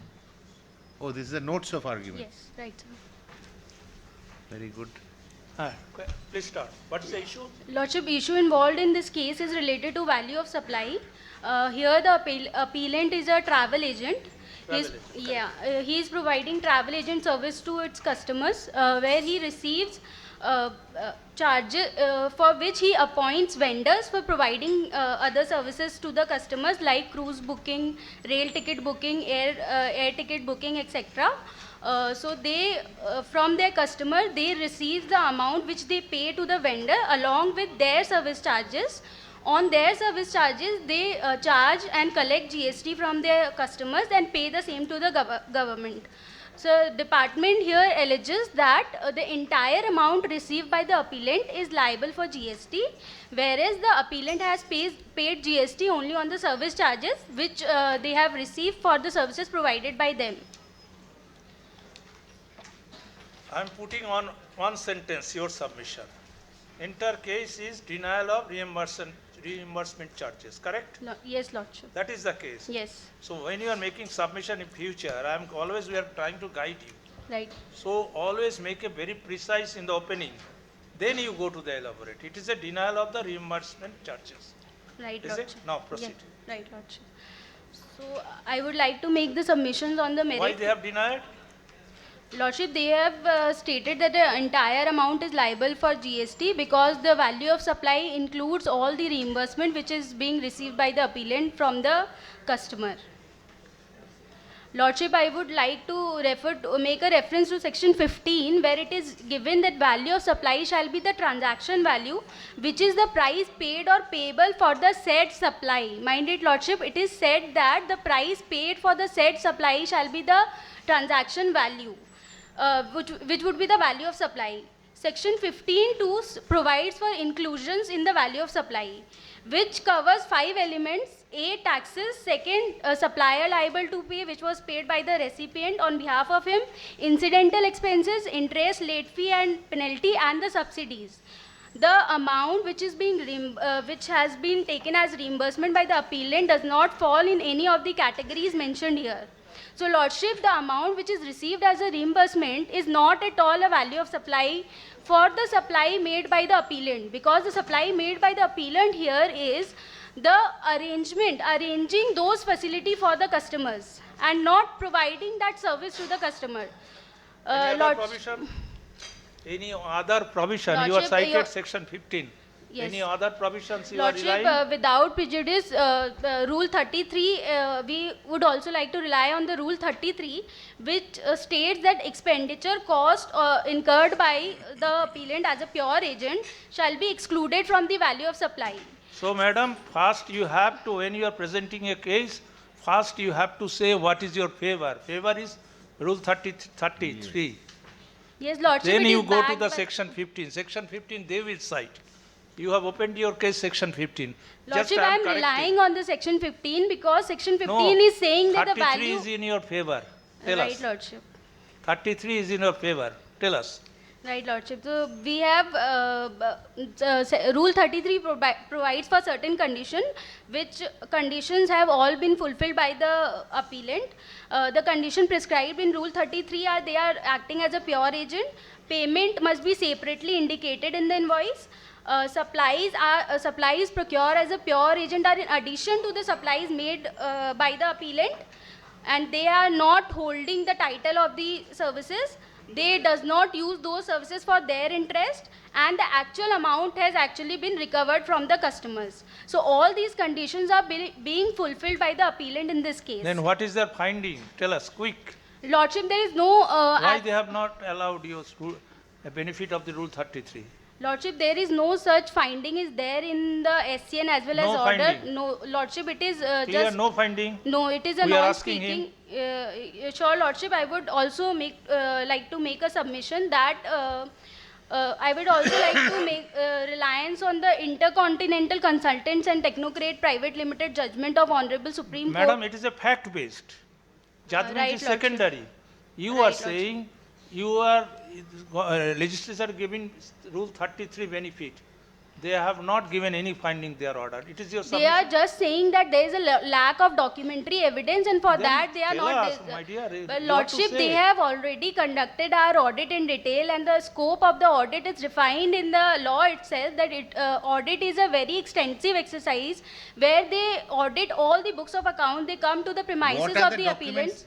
What are the what is the lack in documents that they are pointing out? That you say. Lordship, we have submitted the copy of invoice as sample copy of invoices, but they are saying. We are not asking you what you have given. We are asking you about what they are saying that you have not given. Yes, Lordship. They are saying that they need the reconciliation of entire reimbursement taken by the appellant. They want one-to-one correlation for every invoice, and they want a detailed reconciliation, which they must have seen at the time of audit, but they are not accepting that, and they are saying that merely on the basis of sample invoice, the benefit of pure agent cannot be allowed to the assessee. But then if you have the audit, then you can always give the report to them. We have already submitted all the documents, Lordship, but they are not accepting the same and saying that only one invoice would not suffice. Right, ma'am. Have you filed all Right. these documents before the tribunal? We have submitted the sample copy, Lordship. Why? Look, this is a fact-based. They are saying you are putting one word, intermediary. Intermediary Right, is not used in the Rule 33. Right, 33 is saying only agent. Why I'm always trying to correct your presentation. It Right, is Lordship. not that I am saying something else. So whenever this is a factual dispute, you have to submit all the invoices. Right, It may be bulky. You have Yes. to do it. Chalo, next. Good evening, Lordship, and good evening to everyone here. I, Shubham Additional Khaitan, case was- supported by my co-counsel, Swapnil Jain, we are representing ACA, and we have a very small submission in terms of documentation being not there. So right from the stage of audit, we have been requesting the assessee to submit a reconciliation on an invoice-wise basis between the expenses incurred against the outward supplies. And as of now, in our submission, in our findings right from the beginning, we've been able to see a difference between the expenses incurred as per financial statements and the income which has been shown in the financial statements against those expenses. So all we requested right from the audit stage was to have a correlation of the expenses incurred from that stage, but which has not been given. The ledger copies have also been submitted, but the ledger copies have not been correlated with the income earned. The inward and outward supplies copies have not been given. They've only given one invoice copy. That's all which is there. They are saying they are a tour operator according to their submissions. If they are a tour operator, they are organizing tours in the form of cruise. Now, it is possible that they are keeping some margin with themselves. They are only verbally stating, so we are not disputing the fact whether pure agent is applicable or not applicable. We are only disputing factually that they have not satisfied the conditions. So here, You are not disputing the fact. I am disputing the fact that they have not satisfied the conditions. We We are not disputing. No, we are not disputing. So what they are saying is, even section 15 is applicable, rule 33, even if it is not satisfied, intercontinental is being taken into account. So we are stating that as of now, the pure agent condition which is there itself has not been satisfied, because all they are submitting is one copy of invoice. And if you, Lordship, come to the invoice copy itself, that is the one document which is the sole ground of this submission, which is page number 30 of their submission.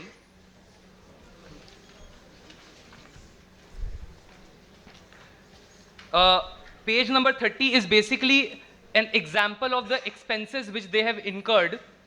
I'll just wait for...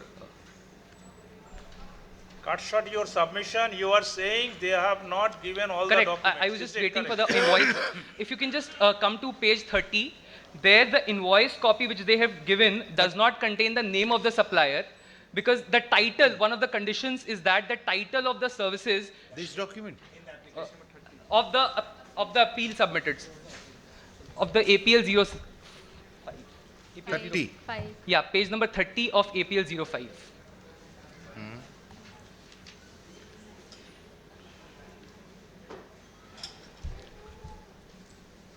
Yes. So this is the sole document which they have given to show that these are the expenditure incurred by them. First of all, the name is not clear. The title of the services, the one of the conditions for pure agent is that the title of the services should be in the name of the final customer. The name of the customer is not visible here. The title is not clearly visible. Even if the booking name is in the name of the customer, that would not suffice, because whose invoice the name is raised, that is not clear from here. And Anything more? sorry? No, we have seen. Next point? Next point is the intercontinental judgment which they have cited regarding the Supreme Court. That has been clearly stated in the Supreme Court judgment that it is only applicable to the law prevailing before Finance Act 2015, because after this the consideration definition itself has been amended to include reimbursable expenditure. And earlier under section 67, gross amount charged was the value on which GST was, service tax was applicable. Here the transaction value, which rightly my friend has cited, that is on the transaction value which is applicable, so both don't have any relation with each other. As regards the point of speaking order, the lack of documentation itself is sufficient to say that the speaking order is not, the order itself is speaking. It is the burden of the appellant to give these proof at the time of adjudication as well as appeal, and not the job of us to ask for those documents.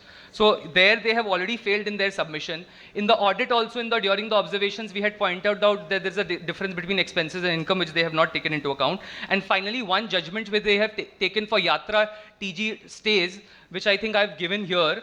If you can just come to page 17, I'll just only take one line of that particular judgment. Page number 17. They have taken that judgment to state that this is in the context of pure agency. And page number 17, just fourth line, which is the final citation, which it has been mentioned on the fourth line. We have noticed that the appellant was permitted to sell hotel rooms and resell hotel rooms as principal. Fourth line of what? Page number 17, this Page one. number 17, sir, of the judgment which they have quoted for Yatra TG stays. If the court, I've just given it to the courtmaster. Yeah. Their petition. Oh. Yeah, of the judgment which I have given to the courtmaster. This one?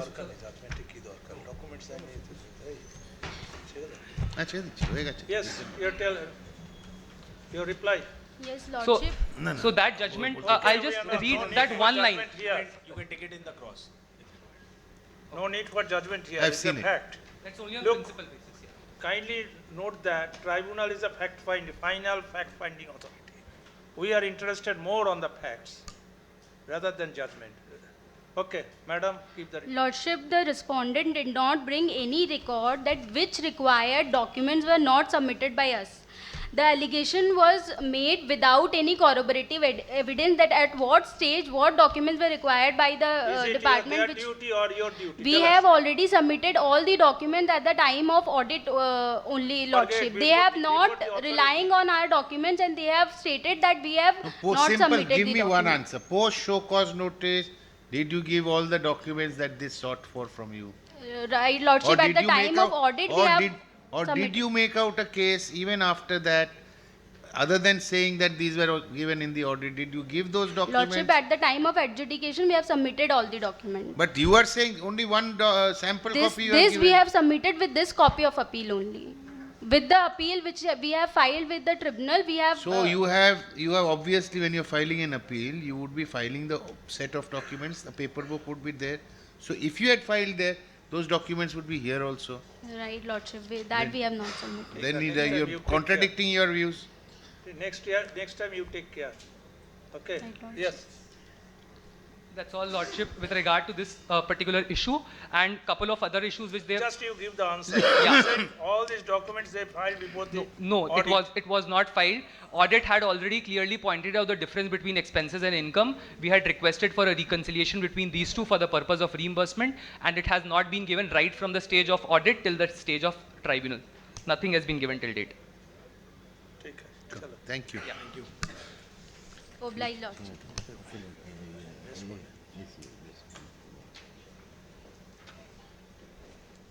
Next.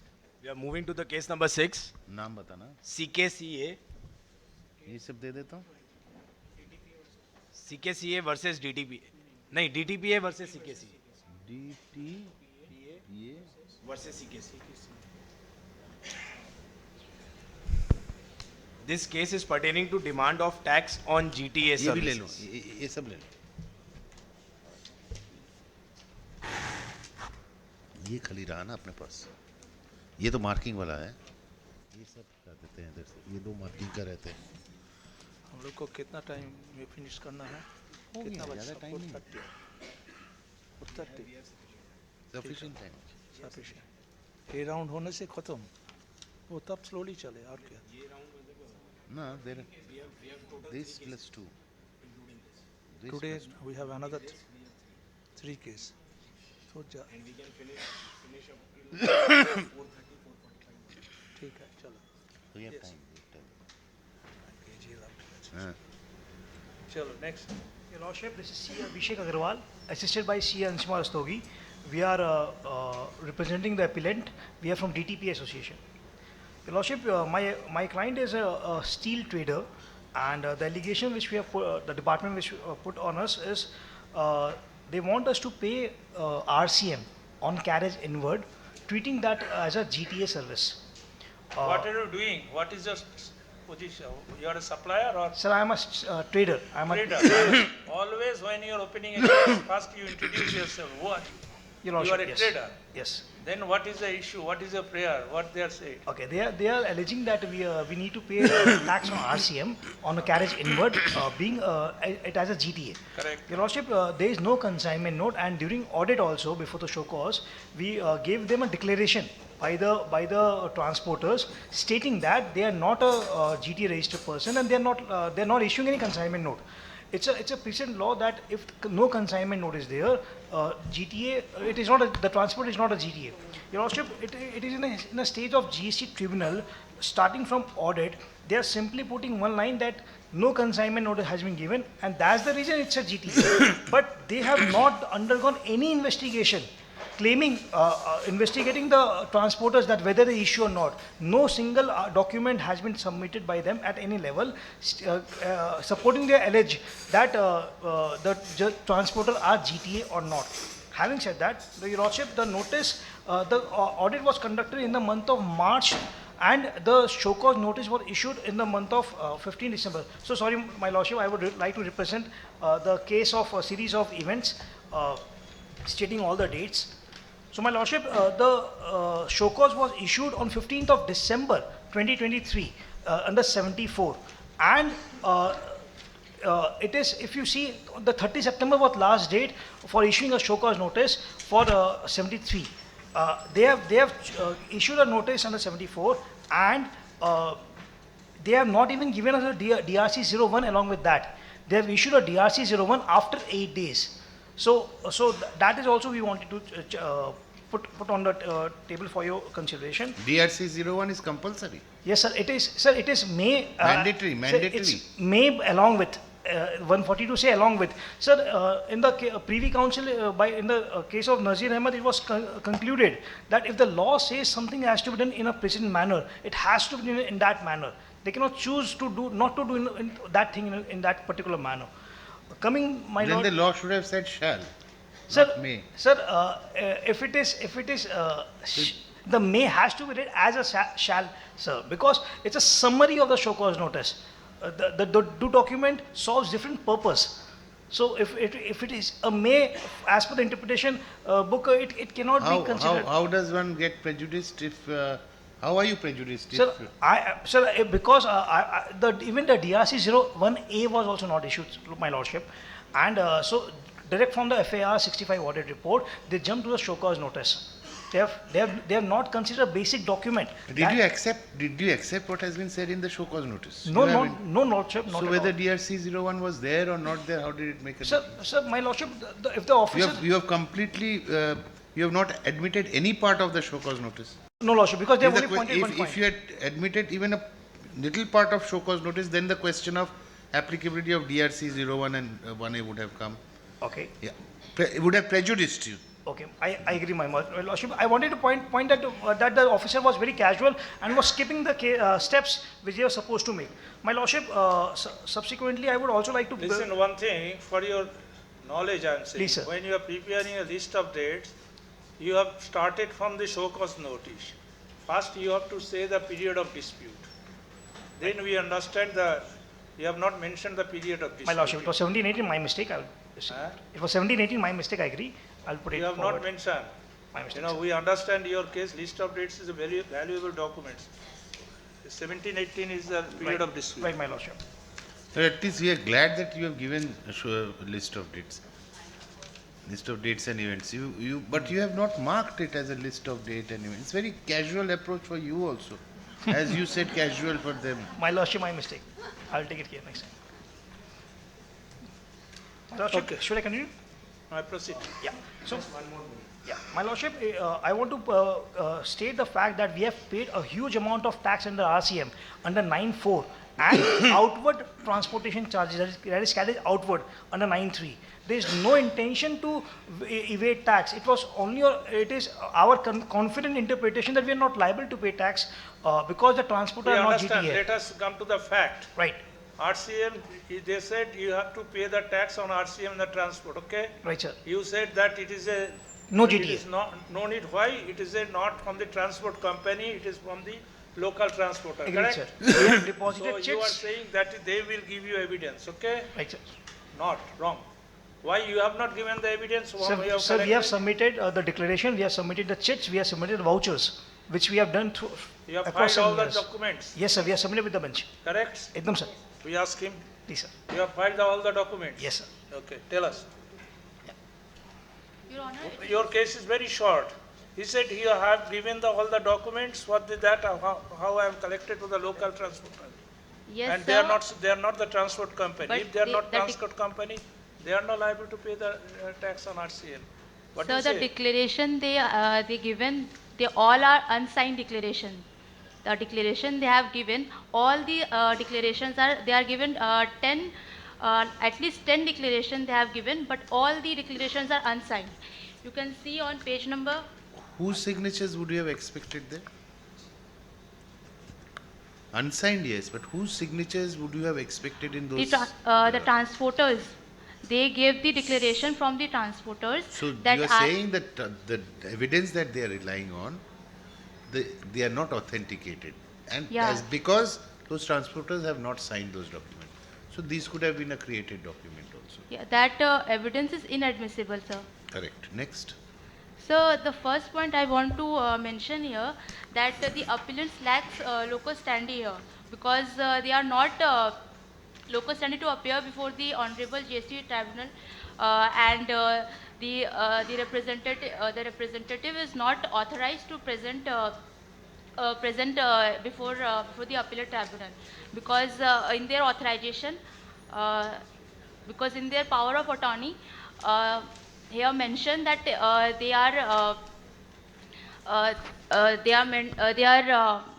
they are not duly authorized to appear before this tribunal, so the appeal is not maintainable for the want of locus standi. Forget, this is a curable Is defect. this your best point? No, not This it was is the not best my point. best point. I was just starting my point, that it is that Come to your best point. my best point is that appellant is alleged that DRC 01 was issued after 8 days of the SCN, thereby acknowledging its issuance. However, the appellant has failed to provide the evidence to substantiate their claim. As per the record of the department, it was issued along with the SCN, but the appellant is not providing any evidence to corroborate their How will statement. the appellant provide? You are the one who has issued it. You will tell us whether it is correct or not. No, sir, as per our record, it was issued along with. What but record? Was it uploaded? Was it uploaded or was it sent to him manually? It was uploaded, sir. Was it sent to him manually also? No, not manually. It was. So if it was uploaded, then you have to say that yes, this is uploaded, this is the time, this is the sheet. What he's saying is rubbish. Yes, You are not saying that. That is not the case you are putting in here. Okay, sir, coming to the ground 2, they are not, appellant contends that they are not liable to pay tax under RCM due to their transporters are not GTA registered, due to as their transporter did not issue consignment note, any bilty, any lorry receipts. But how they prove their transporters are not GTA, they are relying on the unsigned declaration that I have just mentioned. That is your only point? Yes. That these are all, these documents that they have given, the evidences are Third not point is that, not authenticated. yeah, not authenticated. Next. And the third point is that, sir, appellant has claimed that the section 74 is bad in law. 74 is bad in law. How? Um, in their 74 is case. good in law. In their case, like he Is was inapplicable. inapplicable. The appellant tell us how claiming that it lacks necessary ingredients of 74, so 74 is not applicable in their case. But sir, So what is the fraud you have alleged? Yeah. What is the fraud you have alleged? Fraud, sir. And counsel, one thing, you should never say yeah. Sorry. This yeah I really hate. I mean everyone hates. Sorry, my lord. Sorry. Carry on.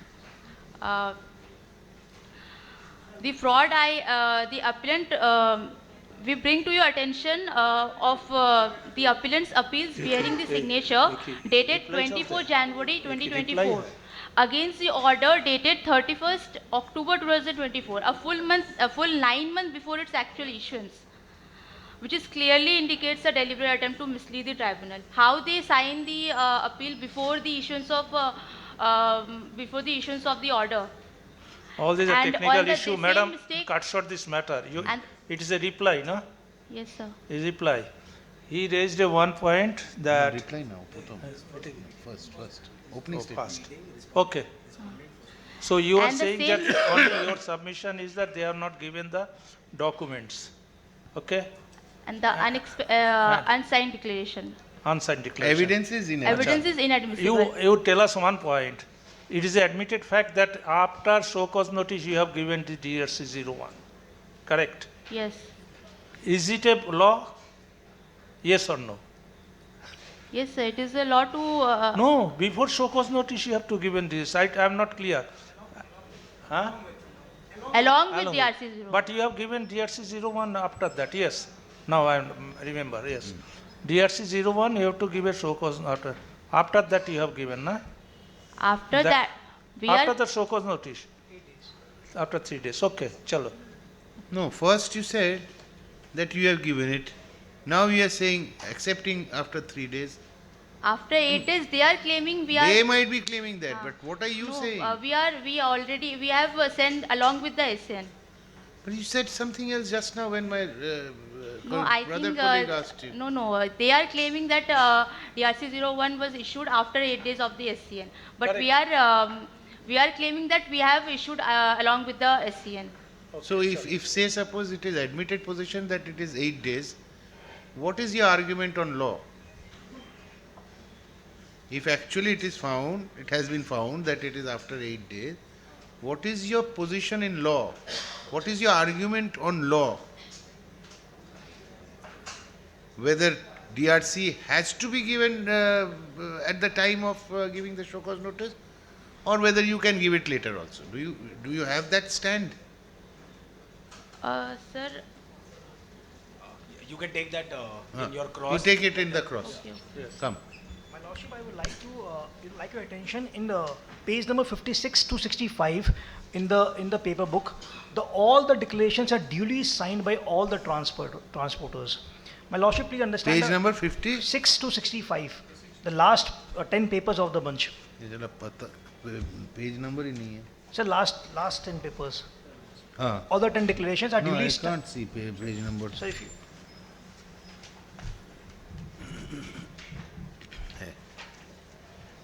So all the declarations are duly stamped and signed by the transporters. Number one, my Lordship. Number two... No, where is it signed? Where? Show the signature. Sir, which... Birendra Singh, proprietor, the Sir, initial. Right, sir. Sir, because all the transporters are local people there, and they come with a small van or a motorized vehicle. So we only have a format, and they stamp and sign us. Your format doesn't require an address? Sir, actually, it's not declaration from their letterhead, sir. To be very honest, it's the appellant. Sir, because a document is a document. Sir, let's say for example, it is not a prescribed document. So it's a safeguard document by my appellant, by my client, who has ensured that at least a declaration need to be taken from them. So, and if you see, sir, all the declarations are having the same format. Your document says I so and so, I Virendra Kumar, Right, etc. sir. This is my PAN number. Right, sir. He doesn't even disclose his address. He puts a stamp made anywhere and he gives a initial. Sir, just There is because- no address also in this, which Sir- is why they are saying these are unauthenticated Sir, documents. sir, they have mentioned it's not signed. Sir, number one. Number two, sir, just because it's not difficult to prepare a false document, it doesn't mean that this is a false document. Correct. They have not even taken one step further to prove it is a false they will document. take? So they have just put an allegation that what they have What they used. will take? No, How will they investigate? How will they investigate this document? Sir, what they have, sir, Inquiry, how will they all make the if PAN there is no numbers are address? genuine. All the PAN numbers are genuine, sir. Second, sir, they have used a language in their submission that they can prepare hundreds such documents in 5 minutes. So if they intend to do so, they can do it. But the client never intends to do it. So it's a matter of law, and You they have not given the address. What is the authenticity of this document? Sir, they have to. The person is not disclosing the address. So the PAN number is there. It's a mere format a businessman can think of, and I've taken the initials from them and with a stamp. So- Does the PAN number have residence address? Yes. Sir, the PAN card do not have it, but if we go and search the PAN number, we will get the authentication. So sir. make it as difficult as possible for the investigating agency. Sir, it's other way around. They have not even taken a step further. Anyway, sir, thank you. Mr. Counsel, one small advice. Yes, sir, please. When you are preparing a case in the GST matter, Right, sir. GST matter mostly based on the evidence. Right, sir. And you prepared, you as a counsel, you have to check the evidence properly before filing, number one. Number two, you look at that, your appeal, you have said that all these are, case is very good, your case is very good. Thank you, sir. But presentation is bad, preparation is bad. And that is your job. Taken, sir. I'm pointing out. You know, you have filed very few sample copies of the cheat and lottery Vouchers, receipt. right. You should file each and every documents for taking the benefit from the department. Please start. My lord, the declaration that appellant has just given you is different from this because we don't have stamp there. We have already said. You are taking our argument. Next. Yeah. Further, sir, What you say? We have already argued on behalf of you. Do you have any other point to raise? no, sir. Thank you. What about that point that I was asking you? DRC 01, sorry. Again, yeah. Sorry, my lord. Next time when you appear DRC before the 01. tribunal, you will say this way, tribunal member will reject, they will prepare a mind, well, this madam is too smart. छोड़ो उसको. लगेगा अच्छा. Sir, DRC 01 is mandatory, is not mandatory to upload. It is mandatory to issue, but it is not mandatory to upload. As per section 142, subsection 1. बोलो. So Sir, what is the evidence it is not that you have actually sent it manually also? Yeah, it is not sent. I agree, sir. It was not issued at the time. It is not uploaded, but it was issued, but not sent to the appellant. Thank you, ma'am. Thank you. Can I add something? না petition documents যাই হোক দিয়ে দিই ও চেষ্টা করেছে cover up করতে The next case is views exchange. Views. Versus Salt Lake Chartered Accountant Association. Salt Lake. This case number 7. This is a case on demand of tax on incentives.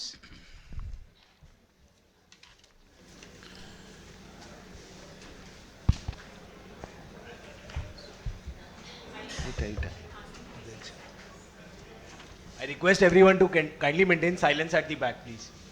And ask them to sit down. And I request everyone standing at the back to kindly sit down. Kindly take your seats, please. Good afternoon, Honorable Bench. I am CA Sakshi Jhajaria, authorized representative of Messrs. Y. We are representing Views Exchange, and I am accompanied with CA Ayush Agarwal. With your permission, shall I present the case? Please.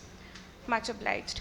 At the outset, we have filed a condonation petition, condonation of 1 day on medical grounds. It's on page 35 of the appeal petition. Honorable How many Bench. days delay? 1 day, sir.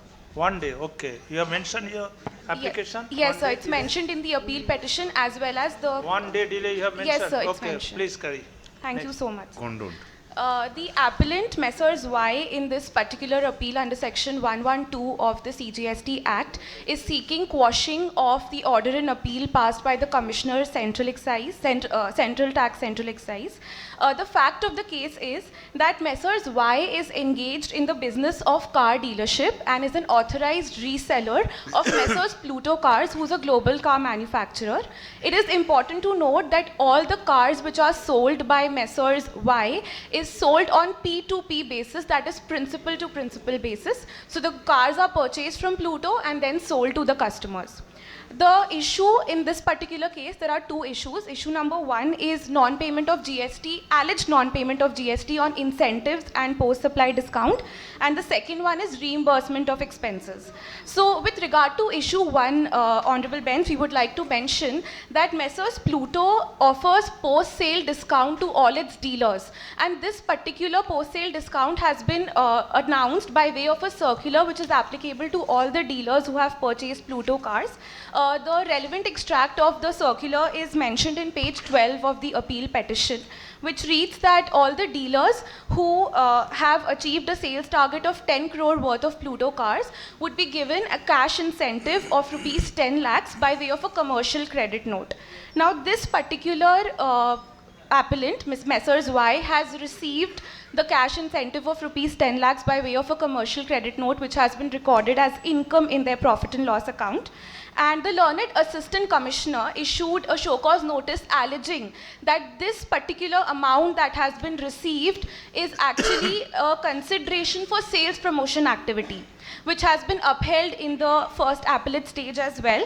For this, the appellant humbly submits, Honorable Bench, that there is no quid pro quo in this particular transaction because there is no supply of service by the appellant to Messrs. Pluto, who's the global car manufacturer. And it is important to note that the direct benefit of sales that is being made by Messrs. Y would flow to Messrs. Y itself, and as a prudent businessman, any person would like to carry out certain activities to ensure that the sales are definitely boosted. And there's no obligation per se on the dealer to increase the sales, and therefore there is no supply in this particular case. Further, Honorable Bench, this case is no longer res integra in as much as there have been numerous decisions by various tribunals across the country wherein it has been mentioned that in the absence of any underlying service in this kind of a transaction and similar facts of the case, service tax cannot be charged. These decisions that we've relied upon are from the service tax regime. The quoted decisions are mentioned from page 18 to page 24 of our appeal petition. And out of this, I would like to mention one particular decision from the Calcutta bench of the Honorable Sestat in the case of Bimal Auto Agency, wherein it was mentioned that the transaction between the manufacturer and the dealer and subsequent sale to the customer is actually purely on principal to principal basis, and therefore it cannot be said that the manufacturer has received any sort of a service in terms of a sale promotion activity from the appellant. And we have relied upon the other case laws also, which are mentioned from page 18 to 24. Further, we would also like to quote the 37 GST Council meeting. There was a draft circular which was proposed in the 37 GST Council meeting, which actually clarifies the intention of the council, wherein it was stated that any quantity discount or a volume discount which is offered in, for purchase, for achieving a certain amount of purchases, that cannot be covered as a consideration for undertaking sales promotion activities. It has been mentioned in page 19 of the appeal petition, Honorable Bench. With this, I would like to come. One thing, sorry, time, again, every matter we are saying time short. Another thing we have to guide you also. This case is a valuation dispute, correct? This is a case valuation dispute. The point is that this is not a supply at all. The valuation aspect does not come, sir. It is a case, it is a valuation dispute that incentive, whether that incentive you got from Pluto added in your taxable service, is it? They have alleged that there is a taxable service. We are saying there's no service at all. So there's no that is dispute not. of I am saying valuation. the first, what is their case? Case is that you have collected incentive. Right, sir. And they said under section 15, valuation is section 15. Sir. As per my knowledge. If there is wrong, please tell me. I So may be it's wrong. section 15. Section 15, when you are presenting a case, you have cited so many case laws. So. You are handling a very, very important, rather than other cases. So.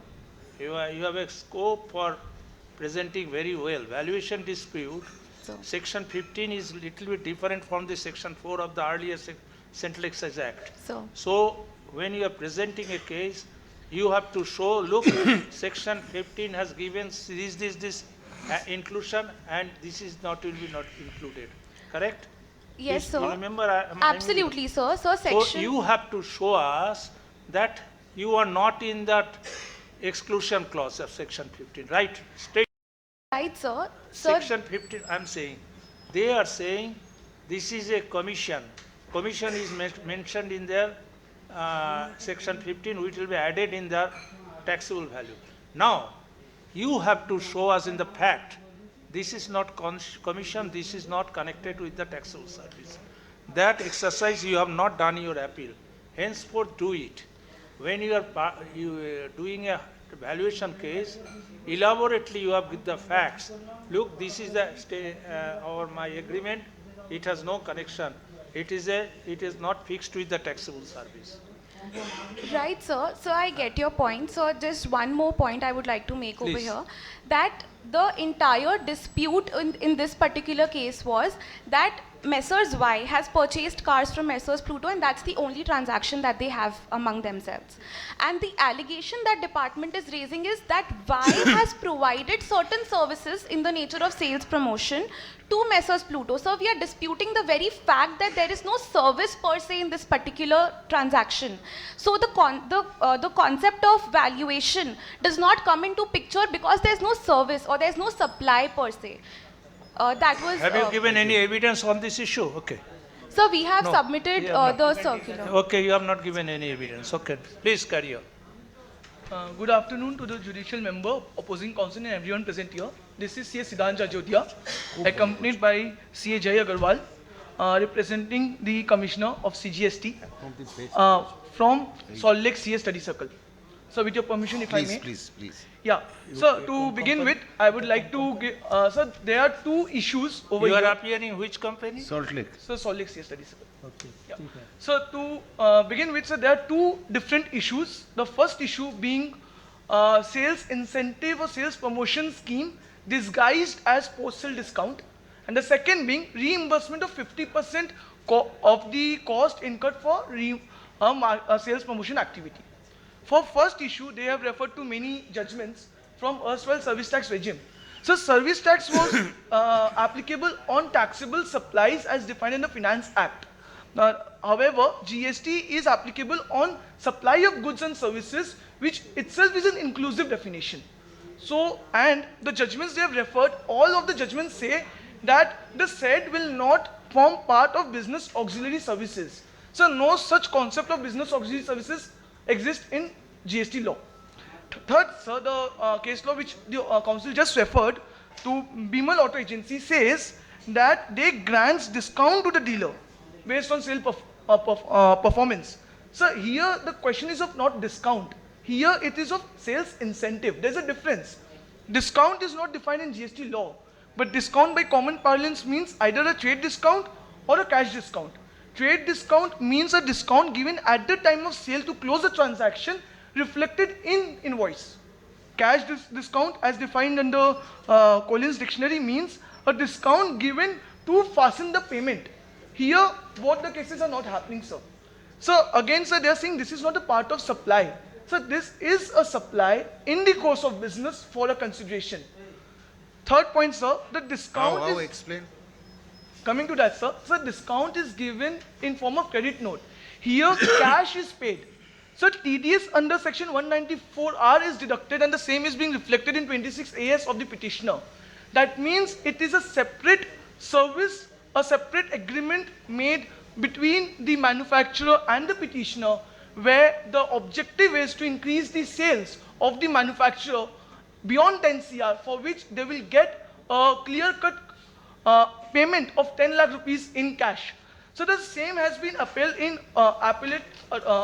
in the case law of Authority for Advanced Ruling, Maharashtra. In So the you, case you of are saying this is a cash reward. yes, sir. So Because it's a cash reward. It's a consideration. It's a cash reward. How is it a consideration? Because he's getting more business. Yes, sir. So I would just like to read few lines from this advanced ruling judgment, which says, since some amount in form of incentive is flowing from IIUL to the applicant, in absence of supply of goods between the concerned person, it appears that IIUL is paying consideration in form of incentive to the applicant for receiving marketing services, which would augment the sale of Intel products. So exactly the consideration is for the both sides. The one party is getting 10 lakh rupees, the other party's sale is being boosted. Again, sir, it's not linked with supply of goods. I can say why. Why should we look into that judgment that you just now showed? So just to know the thought behind the passing of the judgment, we can just cater to that, even though that is applicable on the said SHC itself. Do you think we are below that? No, sir. Then why are you citing all these judgments to us? So just you can't explain to us the concept that you are trying to show Yes, from sir. that judgment. Yes, sir. It is up to us whether we decide in the same line or not. Yes, sir. But citing that judgment to this tribunal, which has no effect, whether precedential or persuasive, what's the point of? You are trying to sway our mind No, sir. in that way. Not at all, sir. Carry on. Yes, sir. So moving towards the second point, sir. So the Indian Contract Act specifically says if any offer is made to a public, where some action, and it is deemed to be accepted if some action as mentioned in that offer is performed. Here an offer was made by the manufacturer, the petitioner accepted it, performed some work, and hereby an agreement for supply of service was entered. So third point, sir, to bring forward, when the petitioner is selling the cars at the starting of the year, they don't know whether they will get the 10 lakh rupees or not. Hence, their sale price doesn't change. However, this 10 lakh rupees is in surplus income reflected in the income side of the petitioner. Means it's a different agreement, and the agreement is for supply of service. Any other point you have? Yes, sir. Yes, sir. For the second issue, that is reimbursement. So they are saying they are providing marketing. They are doing marketing for the company, and 50% of the cost is reimbursed from the manufacturer. So, and they are saying GST is not applicable on reimbursement. So GST is applicable on supply of goods and services for a consideration in the course of business.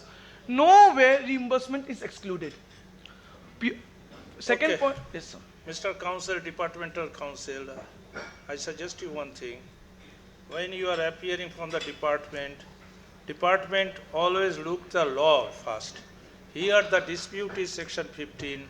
You are saying that as per section 15, these will be added in the taxation value, correct? And you have to mention which clause, A, B, C, D, you have not mentioned. Yes, this. so coming to means- that. Please understand what is coming to. When you are opening a case, first you have to show, look, I am strong. Law is my with favor. me. And look at section 15, A, B, C clauses. We do not know which clause you are defending. You know, section 15, various circumstances indicated. And you should read the henceforth, I am not saying today. Tomorrow when you prepare a case, first you read the law very closely, section, particular section. Then facts, then you go to the case law. Thank you. Bolo. Under which provision they have attacked you? So section 15(3) clause B. What is this saying? That talks about post-sale discount, but sir, Slowly. sir, that talks about post-sale discount. What is the wordings? So the wordings of section 15(3)(b) is that the value of supply shall not include any discount which is given before or at the time of supply if such discount was duly recorded in the invoice. And what they have referred to is where after the supply has been effected, If two conditions are fulfilled, such discount is established in terms of an agreement entered into at or before the time of supply, and second, where ITC has been reversed. But sir, our counter argument to this particular point is that our case is not of a GST credit note. Our case is of a commercial credit note. We have not taken deduction. The Messrs. Pluto has not taken deduction of the discount from the value of supply. They have issued merely a commercial credit note without the element of So GST. you are covered by which section 15? So we are not covered by this particular section. Number one, there is no supply. This is outside the They purview have of section alleged 7 you itself. under which provision? Section 15? Sir, section 15, 3, clause B. 15, subsection 3. Subsection? 3. 3. Clause B. Clause D. B They for are Bombay. relying on Right, sir. Right, sir. they are saying it is a discount. They are saying it is a discount, sir. Discount. You are But not sir, saying that is not the case. Our case is simply Yes, that discount means every consignment, if they are giving discount, it may be a discount. That is. you have Right, not- sir. in the This is opening not a stage, discount. You have not said this thing. This Let is us not hear. a discount, sir. To counter, sir, so the petitioner has said that it is a discount. We are saying it is not a discount, sir. That's what I was wondering. Our cross objection time and again says it is not a discount, it is spaced as discount. And second, sir, the same for the point of and for the second point, the reimbursement shall be included, sir, because section 15, subsection 2, clause C includes incidental expenses. If I am getting any amount, even in form of reimbursement, whether it doesn't falls under pure agent, then the same shall be included in transaction value, sir. So this is our submission for the same. Thank you. Any both the sides taken this law in the rejoinder reply. You have not taken in the first time. Please take care. Whenever you are arguing, first you say the law, then you both the side have taken this. When bench pointed out, both of you taken this point. Okay?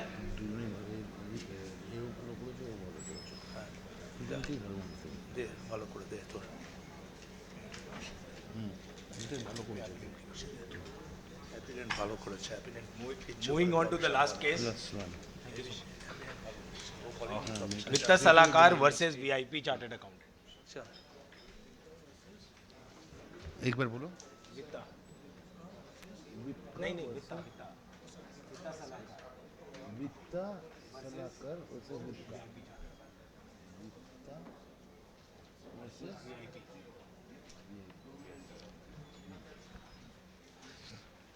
This case is in respect of demand of reversal of ITC.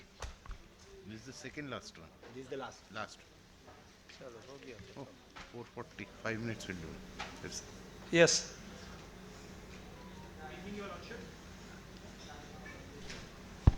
Good evening, Your Lordship. I am CA Gagan Kedia, assisted by my colleague CA Abhishek Tibrewal, representing the appellant X Limited in this matter on behalf of Vitta Salakar Chartered Accountant Association. With your permission, may I proceed, sir? Please. So this matter is primarily revolving around eligibility of credit under section 17(5)(c) and D, whether on construction of an immovable property based on its usage, whether the credit is permissible or not. This is the crux. Now, the prayer we are putting before this bench is, recently there was a judgment in the by the Supreme Court in Safari Retreats, which has not outrightly rejected this proposition that it can never be a plant or a machinery, ITC will never be eligible, but it has provided that based on certain circumstances, it could still, that immovable property could still be classified as a plant if it is fulfilling the functionality test. So our humble petition is that the first appellate authority has not considered the facts to assess in that respect, and it has quashed, it has passed an unfavorable order in We our are not case. clear. You are first gone to the Supreme Court. You are before the tribunal, understand? Don't open your eyes with the Supreme Court. We are not impressed with that. We are interested, we are impressed, clear facts, issue, then you say something. Show the law. Law. Yes, Lordship. What are you doing? Tell us. So we are. Who are you? So we are a real estate developers. Yes. We are into construction of buildings. Correct. And also renting of the same. Renting? Renting, leasing it out. the units that we construct, we either sell it or lease it based on Fine. market Next, conditions. next. During this particular Period. alleged period, financial year 22-23, Yes. the adjudicating authority had initially conducted an inspection. Thereafter, based on their proceedings, they had issued a show cause that you have constructed 100 units, out of which you have sold 90 units. Correct. And sir, your lordship, this is a commercial property, so we have paid sufficient, the appropriate GST on that. What they have further alleged is that the 10 units which were not sold on the date of completion, you have let it out. On that portion of the constructed area, those 10 units, you are not eligible to avail input tax credit on your construction activities in terms of 17.5 CAT. That is the allegation. So our humble submission before the first Submission. What provisions they have invoked here? 17.5C and 17.5D of the CGST Act. Both they have invoked. Yes, both they have What is invoked. saying these provisions C and D? So 17.5C, your lordship, restricts input tax credit of works contract service for construction of an immovable property unless it is further used for a similar works contract. That is 17.5C. D. And 17.5D talks about goods or services procured to construct an immovable property on its own account. Then the ITC is restricted. In both these situations, sir, plant, that is the dispute, plant and machinery or plant on machinery. But in essence, plant and machinery, even though it may be an immovable property, still credit is eligible as per the law itself. The whole moot question is whether my particular property, my client's particular unit, the property that they have constructed, whether it quantifies as a plant or not. This was not assessed by the first appellate authority. Therefore, we humbly pray before your lordships to assess, because your lordship rightly mentioned that tribunal is the last fact-finding authority. So based on the facts that we have, our petition should be heard and taken on merits. You want to strike down this provision? 17? No, sir. I'm not disputing the provisions at this moment. Oh, in the appeal you have said that you want struck down this provision. No, correct? sir. Your lordship, in the appeal I have mentioned that the ratio based on which a particular property could be a plant, if that could be a plant, then the mere method of how I am constructing that property, either by purchasing the goods or by appointing someone, that could not be an intelligible differentiator to distinguish that you will get the Anyhow, credit. This struck down of this provision you are not pressing before us now, is it? Your lordship, I am not challenging the constitutional validity of this provision. I am not Okay. asking to struck down. Okay, thank only you. on the But you have taken this point in your appeal, grounds of appeal. Yes, so that is the interpretation of the law. If Anyhow, the we are interpretation is clearing. this We aspect. take this point, we can throw it out here. This is not our domain to No, sir. struck down the Your lordship, provision. my point Chalo. is. Next, Yes. anything more? Yes, lordship. Chalo. Just. Bolo. Okay. Good afternoon, bench, and good afternoon, everyone. We are representing VIPCA Chartered Accountant. We are from the department. First of all, my first objection is non-compliance of section 112 read with rule 110. The learned appellate have not provided a copy of order against which the appeal has been preferred. The most basic document which is required at the time of appeal. Now on the merit basis,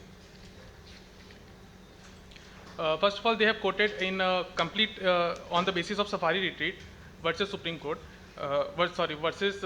No, when we said they have changed his submission, and that is very short and sweet.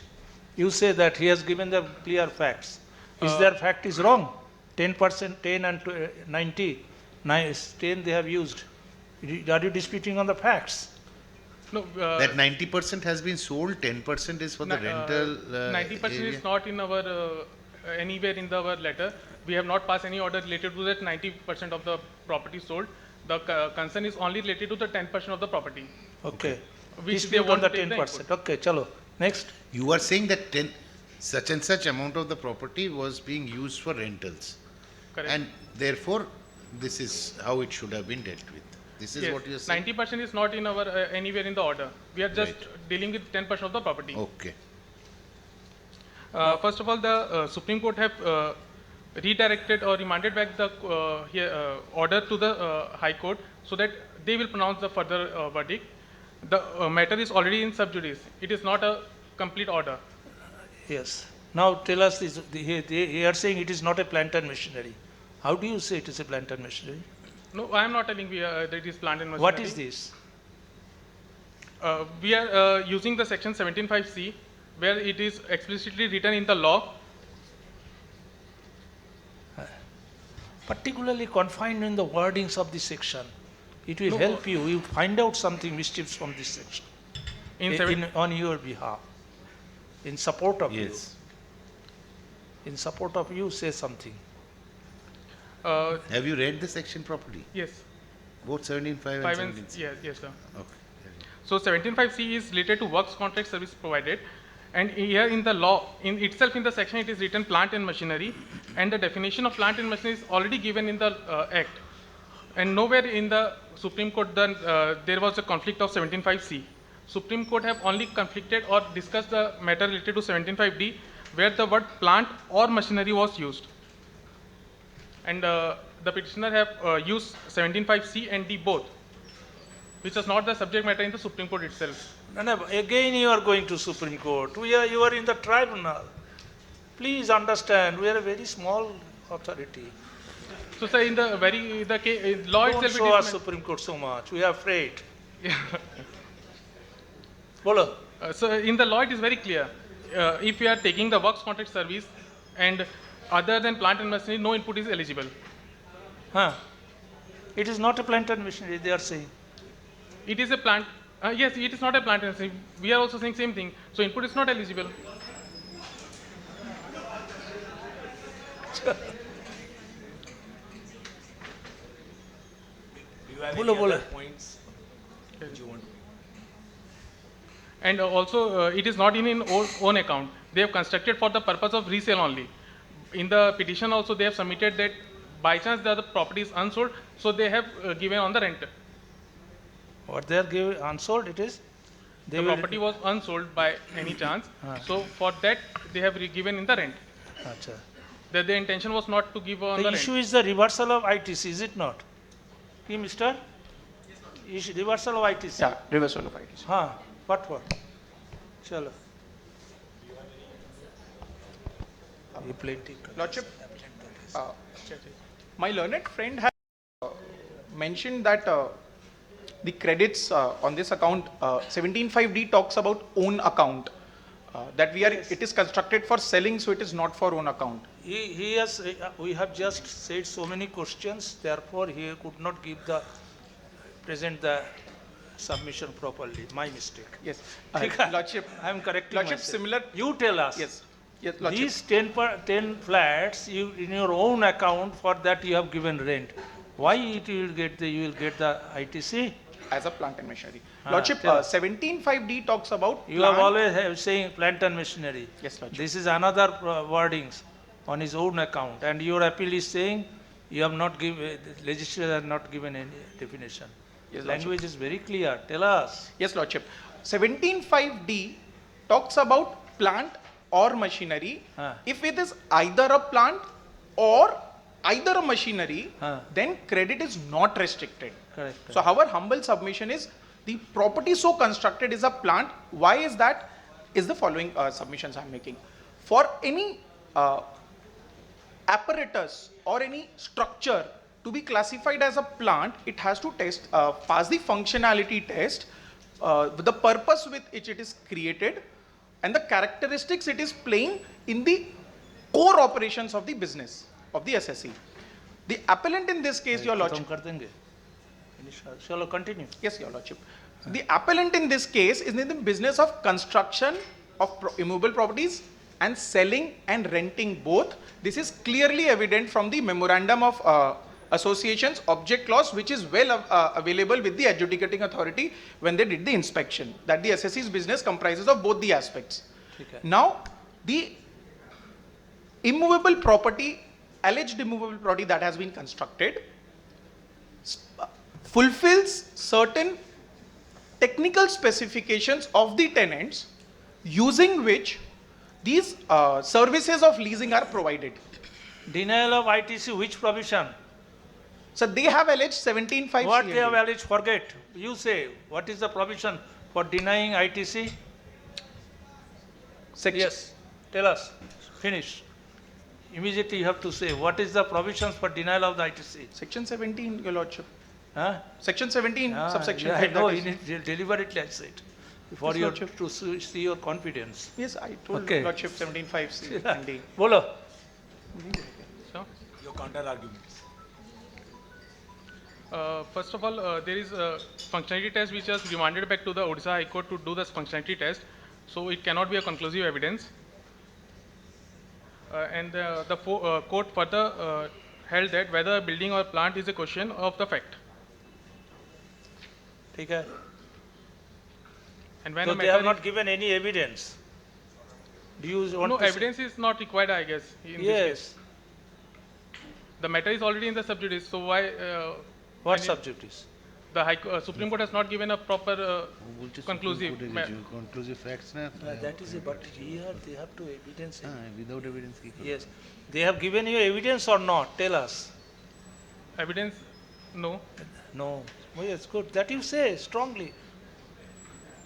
They have not given evidence. That is that plant and machinery, all these things. Anything else you want to add? No. Thank you. Chalo. Thank you. Anything more? Thank you very much. Thank you very much. We now Thank you. let us do our work. We come with the end of the proceedings. No need for clap, bhai. আমারটাও লিখে দে দুটো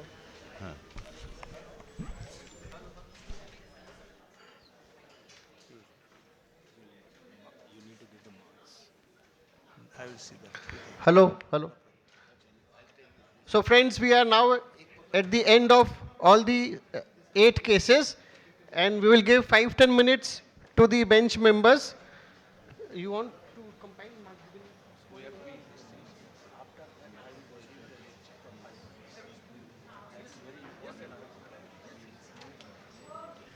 So we are giving 5 minutes to the bench members and to the court master and assistant court master to do the compilation and complete the scoring. In the meantime, we will use this opportunity. In the meantime, we will use this opportunity to launch the ACAE Skills Academy. Now, ACAE is launching a Skills Academy where we will be doing short-term courses at our premises and also on an online mode. So we have got a small AV. Let us see the AV.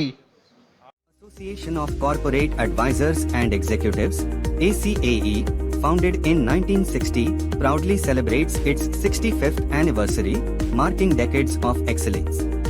ACAE has consistently led in educating its members through insightful meetings, seminars, lectures and conclaves. ACAE is excited to introduce the ACAE Skills Academy. ACAE Skills Academy will deliver a hands-on, immersive and dynamic approach to education, making learning more interactive and relevant. Through specialized certification programs, the ACAE Skills Academy will enable members to upskill and reskill in line with evolving industry standards and demands. Let's come together to empower our members with the expertise and skills they need to lead in today's ever-changing world.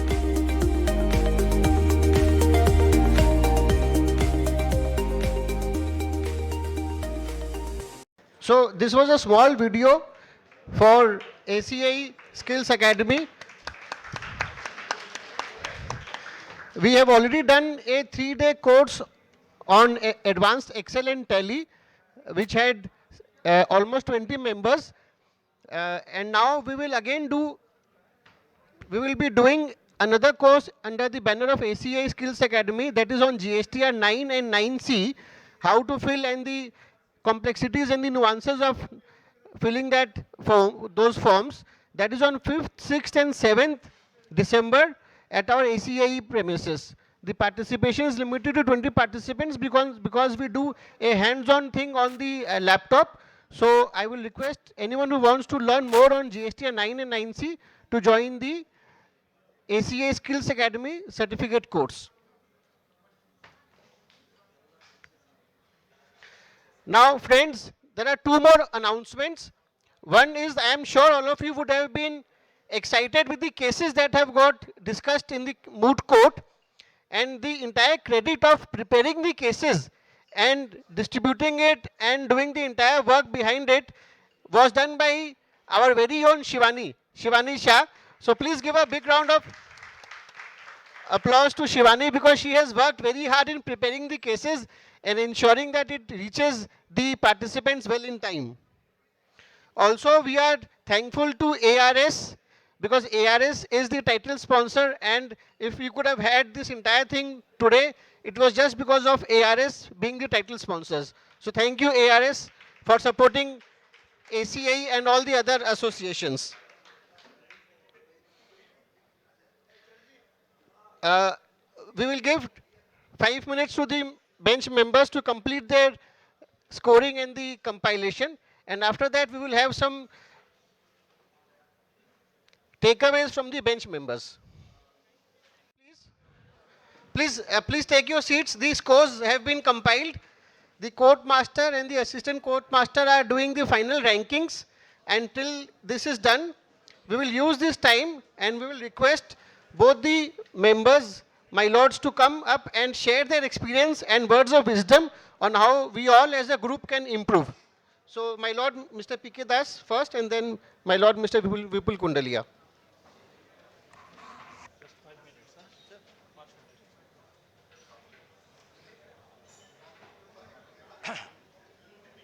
Thank you. The organizer,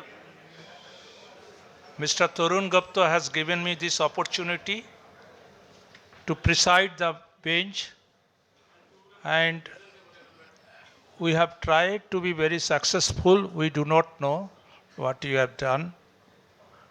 But at the outset, I have to say, all the performers are good, very, very good to my mind, and some are outstanding. And I understood they understood the subject properly. There is required some guidelines, and all the performance more or less same. When you are giving the marks, very difficult.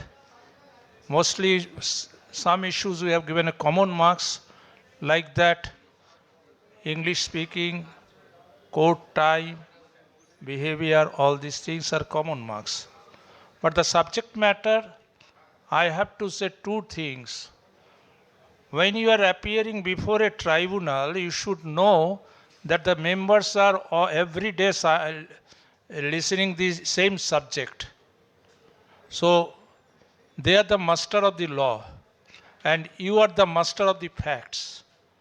Whenever you are presenting a case, take care that members do not know the facts so much. But you are the master. You have to clarify the facts more and more before going to the law and case laws. This is very, very important. And my 10 years experience of my member of the tribunal, I have seen this is the lack of the knowledge of this presentation of the case. And when you are presenting a facts, take care. Number one, there's a two types. Some presenting the case straight away, what is the allegation, then what is a little fact, then you go to the case law. This is one way. But I feel better way of this submission, in my view. One, first when you are opening a case, first you say what is the issue. Very one sentence, this is the issue. What is the provision related with this issue? Then immediately members will understand what is the provision, section 15, section 17, rule 33, whatever immediately you say that this is the case in my. Second, you say, what is the prayer? What do you want? You want set aside the entire order or partly? What is that? And what is the confiscation? It is related. Very true sentence. Then your third step is that you say the facts. Facts, you have to say this admitted fact, then the disputed fact. If you say the admitted, all this, the 1, 2, 3, 4 admitted, disputed 1, 2, 3, 4. Then as a member, as a judge of the tribunal, I understand what is my area to decide this. Next, then you come to the analysis of these facts and law. Where is your, according to you, this law, you cite this law is, and when you are citing a law, you read this section, which words are, in which words they are trying to attack you. Suppose one matter I have seen section 15. I wanted to know which is the section, what is the subsection, and the particular clause and particular words disturbing both the sides. Then it is clear in my mind, my area is to, as a judge, to decide only this particular, whether it's planter machinery or not, whether it is a commission or not, whether it is a sub-agent or not. So that way help the members. If you, when you are practicing before the tribunal, if you present the case, then member will immediately interested on you, yes, and we are eager to help that counsel. It is our tendency. If we understand that this counsel is so elaborate, we cannot understand, we will not take the interest to listen. And if you first you give this, thereafter, after giving this law and the facts, then you go to the case laws. Please remember these steps, and I believe that will help all of you. Thank you.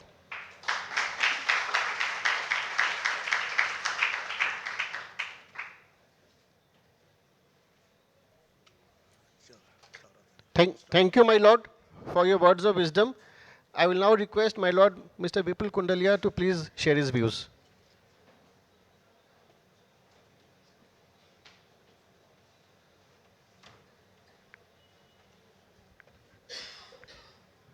Namaskar and good evening, ladies and gentlemen. It was an exhilarating experience.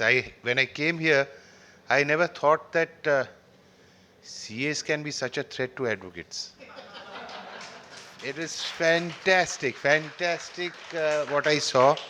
The exuberance, the knowledge, the poise, excellent. But couple of things which I would want to point out to all the participants. That, see, you are chartered accountants.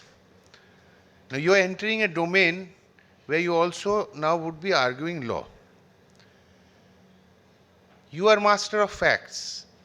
Now if you can go into the law aspect of it, which you are otherwise not expected to, and excel in that, nobody can stop you. Nobody can stop you. 1. 2, there are certain court etiquettes that need to be learned. For example, I'll give you, say both of us are sitting there. There might be times when one is dominant, one of the bench member is dominant, the other is not. But remember, both are equally powerful. So when you are arguing, your eye contact is very important. For example, if you keep on having your eye contact with only the dominant one, the other one might feel slighted, and he might also be 50% instrumental in passing your judgment. So these are very small tips which are advocacy skills, which may not be there before chartered accountants haven't learned this. These are the things you have to learn, and because you will be also competing with advocates who are very, very smart, who are there appearing in court, and they know the techniques much better than you with regard to how to place the law. My learned senior brother pointed out something. What are you going to, how you start the matter is extremely important. That would evince interest. The members or judges, they would all be knowing, because the same points are being argued most of the time. Unless it's something extremely different, which is not the case usually in revenue laws.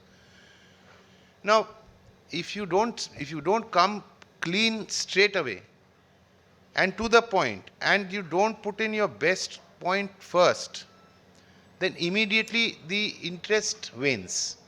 Once the interest wins in your argument, 90% of the times it will go against you. So these are small tips. And one more thing I noticed, which there was some things were lacking in some of the participants. You have to wait to understand what the judge wants to know. Judge has to be satisfied first. That has to be your criteria. It's not you putting your case the way you want. You have to understand what is the judge wanting to hear from you. That is most important. Only then it's not a ego battle. Because you cannot have an ego. You're not being a showman here. You have to ensure that your client gets the order. The relief is the main thing. If you try to show ego, I saw a couple of, but that's because I'm sure that training is still required, and that will come in. And anyway, chartered accountants are usually extremely trained otherwise. So it's very easy to pick up these things, small tips. If you work on them, I think you will rule. Thank you, ladies and gentlemen. Thank you for bringing me here. I would love to come back again. Thank you.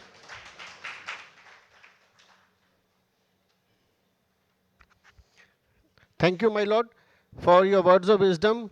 I think the entire objective of organizing this moot court competition was basically, like you said in your initial remarks, that we as chartered accountants, although we are master of facts, we know the client's case very well, but many a times where we are not able to present ourselves is in the advocacy skills.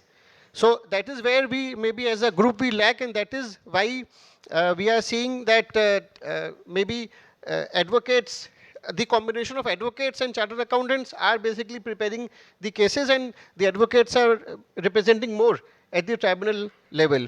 But now when the GST tribunal is going to come maybe by end of this financial year, this is one area where we thought that chartered accountants, because it is a new tribunal, new area, and we as chartered accountants, we know the law. So this is an area where we can start afresh, and such competitions will help all our members to, sharpen their skills in advocacy. So thank you so much for all the words of wisdom that both the my lords have said. And now I think, are we ready? So now the compilation has been done, and we will just complete the ceremonies, and then we will announce the court master will announce the winners. So,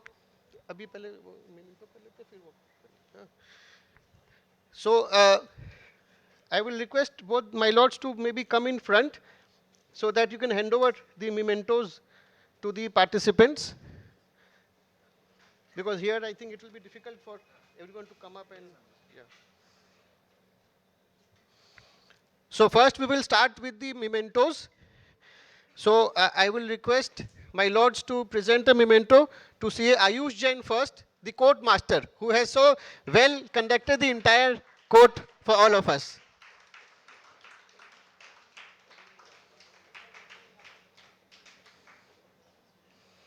And our two past presidents, Shri Santosh Rungta ji and Mr. S.M. Gupta, please join over here.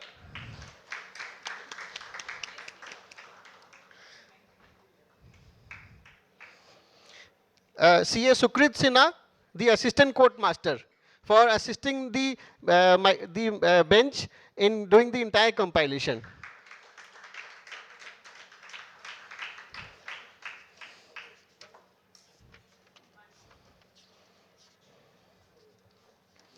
Now I will call all the participants of the associations. So please come up and take your mementos. ACAE, CA Shubham Khaitan and CA Swapnil Jain. Please come up and take your memento.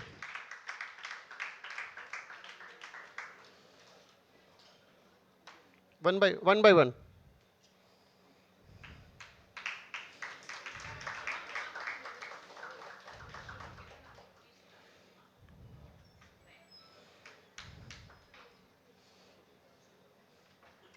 आप लोग दो जन इधर दो जन इधर और दो जन बीच में, हाँ, दो जन ऐसे करके बीच में, हाँ, बीच में आप लेंगे, हाँ, राइट। सीए स्वप्निल जैन, हाँ। BBD Bagh professional association, CA Aditya Dhanuka, CA Pinky Agarwal.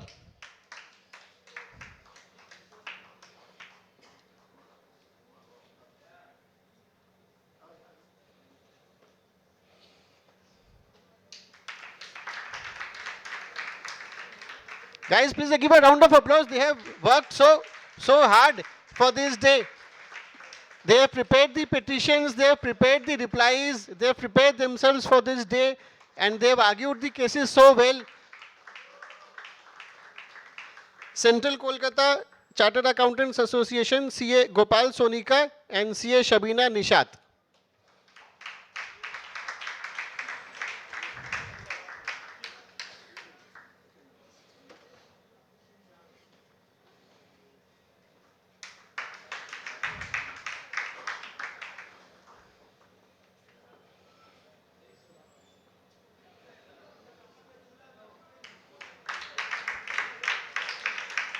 DTPA, CA Anshuma Rastogi and CA Abhishek Agarwal.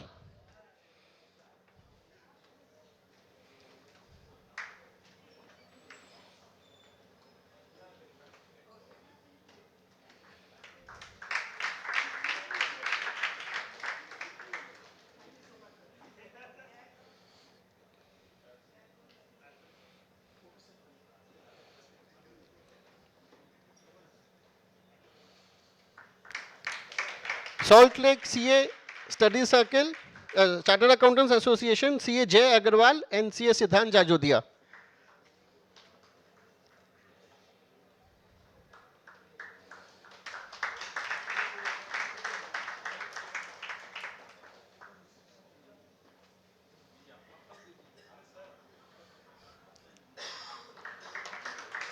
Views Exchange, CA Ayush Agarwal, CA Sakshi Jhajaria.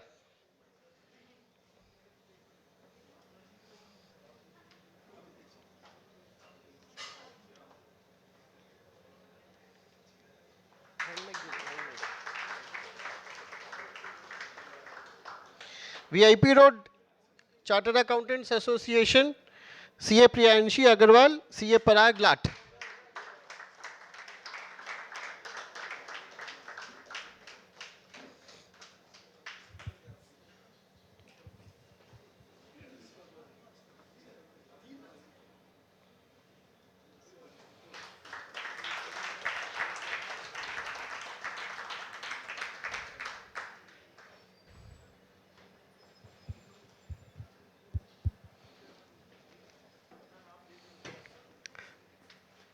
With Salakar Chartered Accountants Association, CA Abhishek Tibrewal and CA Gagan Kedia.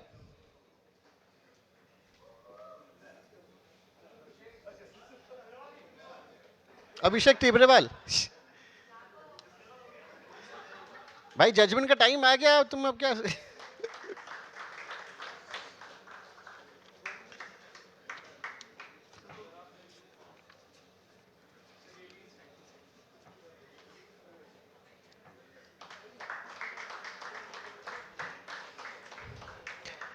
And now for the final,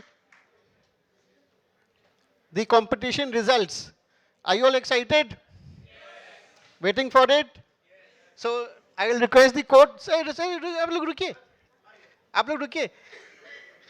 The court master to hand mic दिया ना, hand mic. वही सामने हाँ. I will now request the court master and assistant court master to first announce the second runners up, then the first runners up, and then the winners.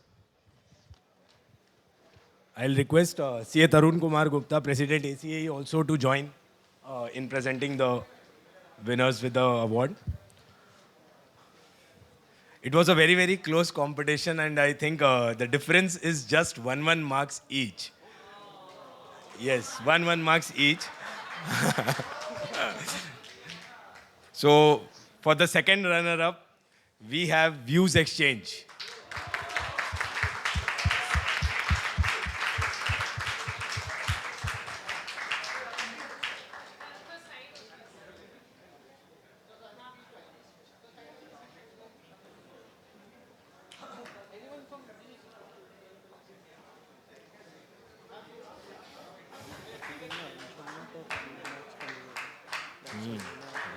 तो वही मैं बोला ना.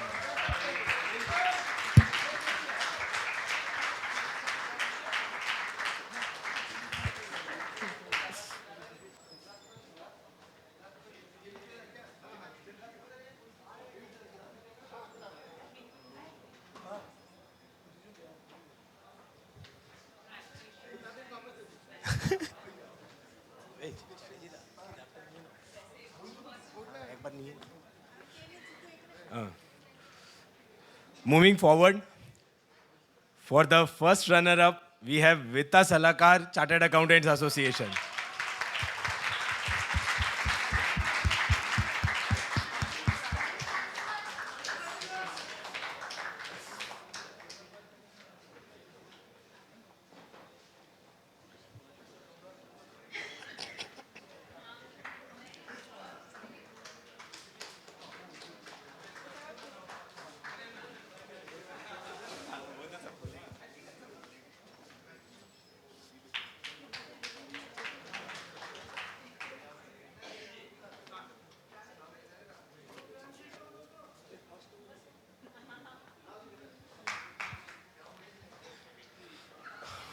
Moving on to the winners, VIP Road Chartered Accountants Association.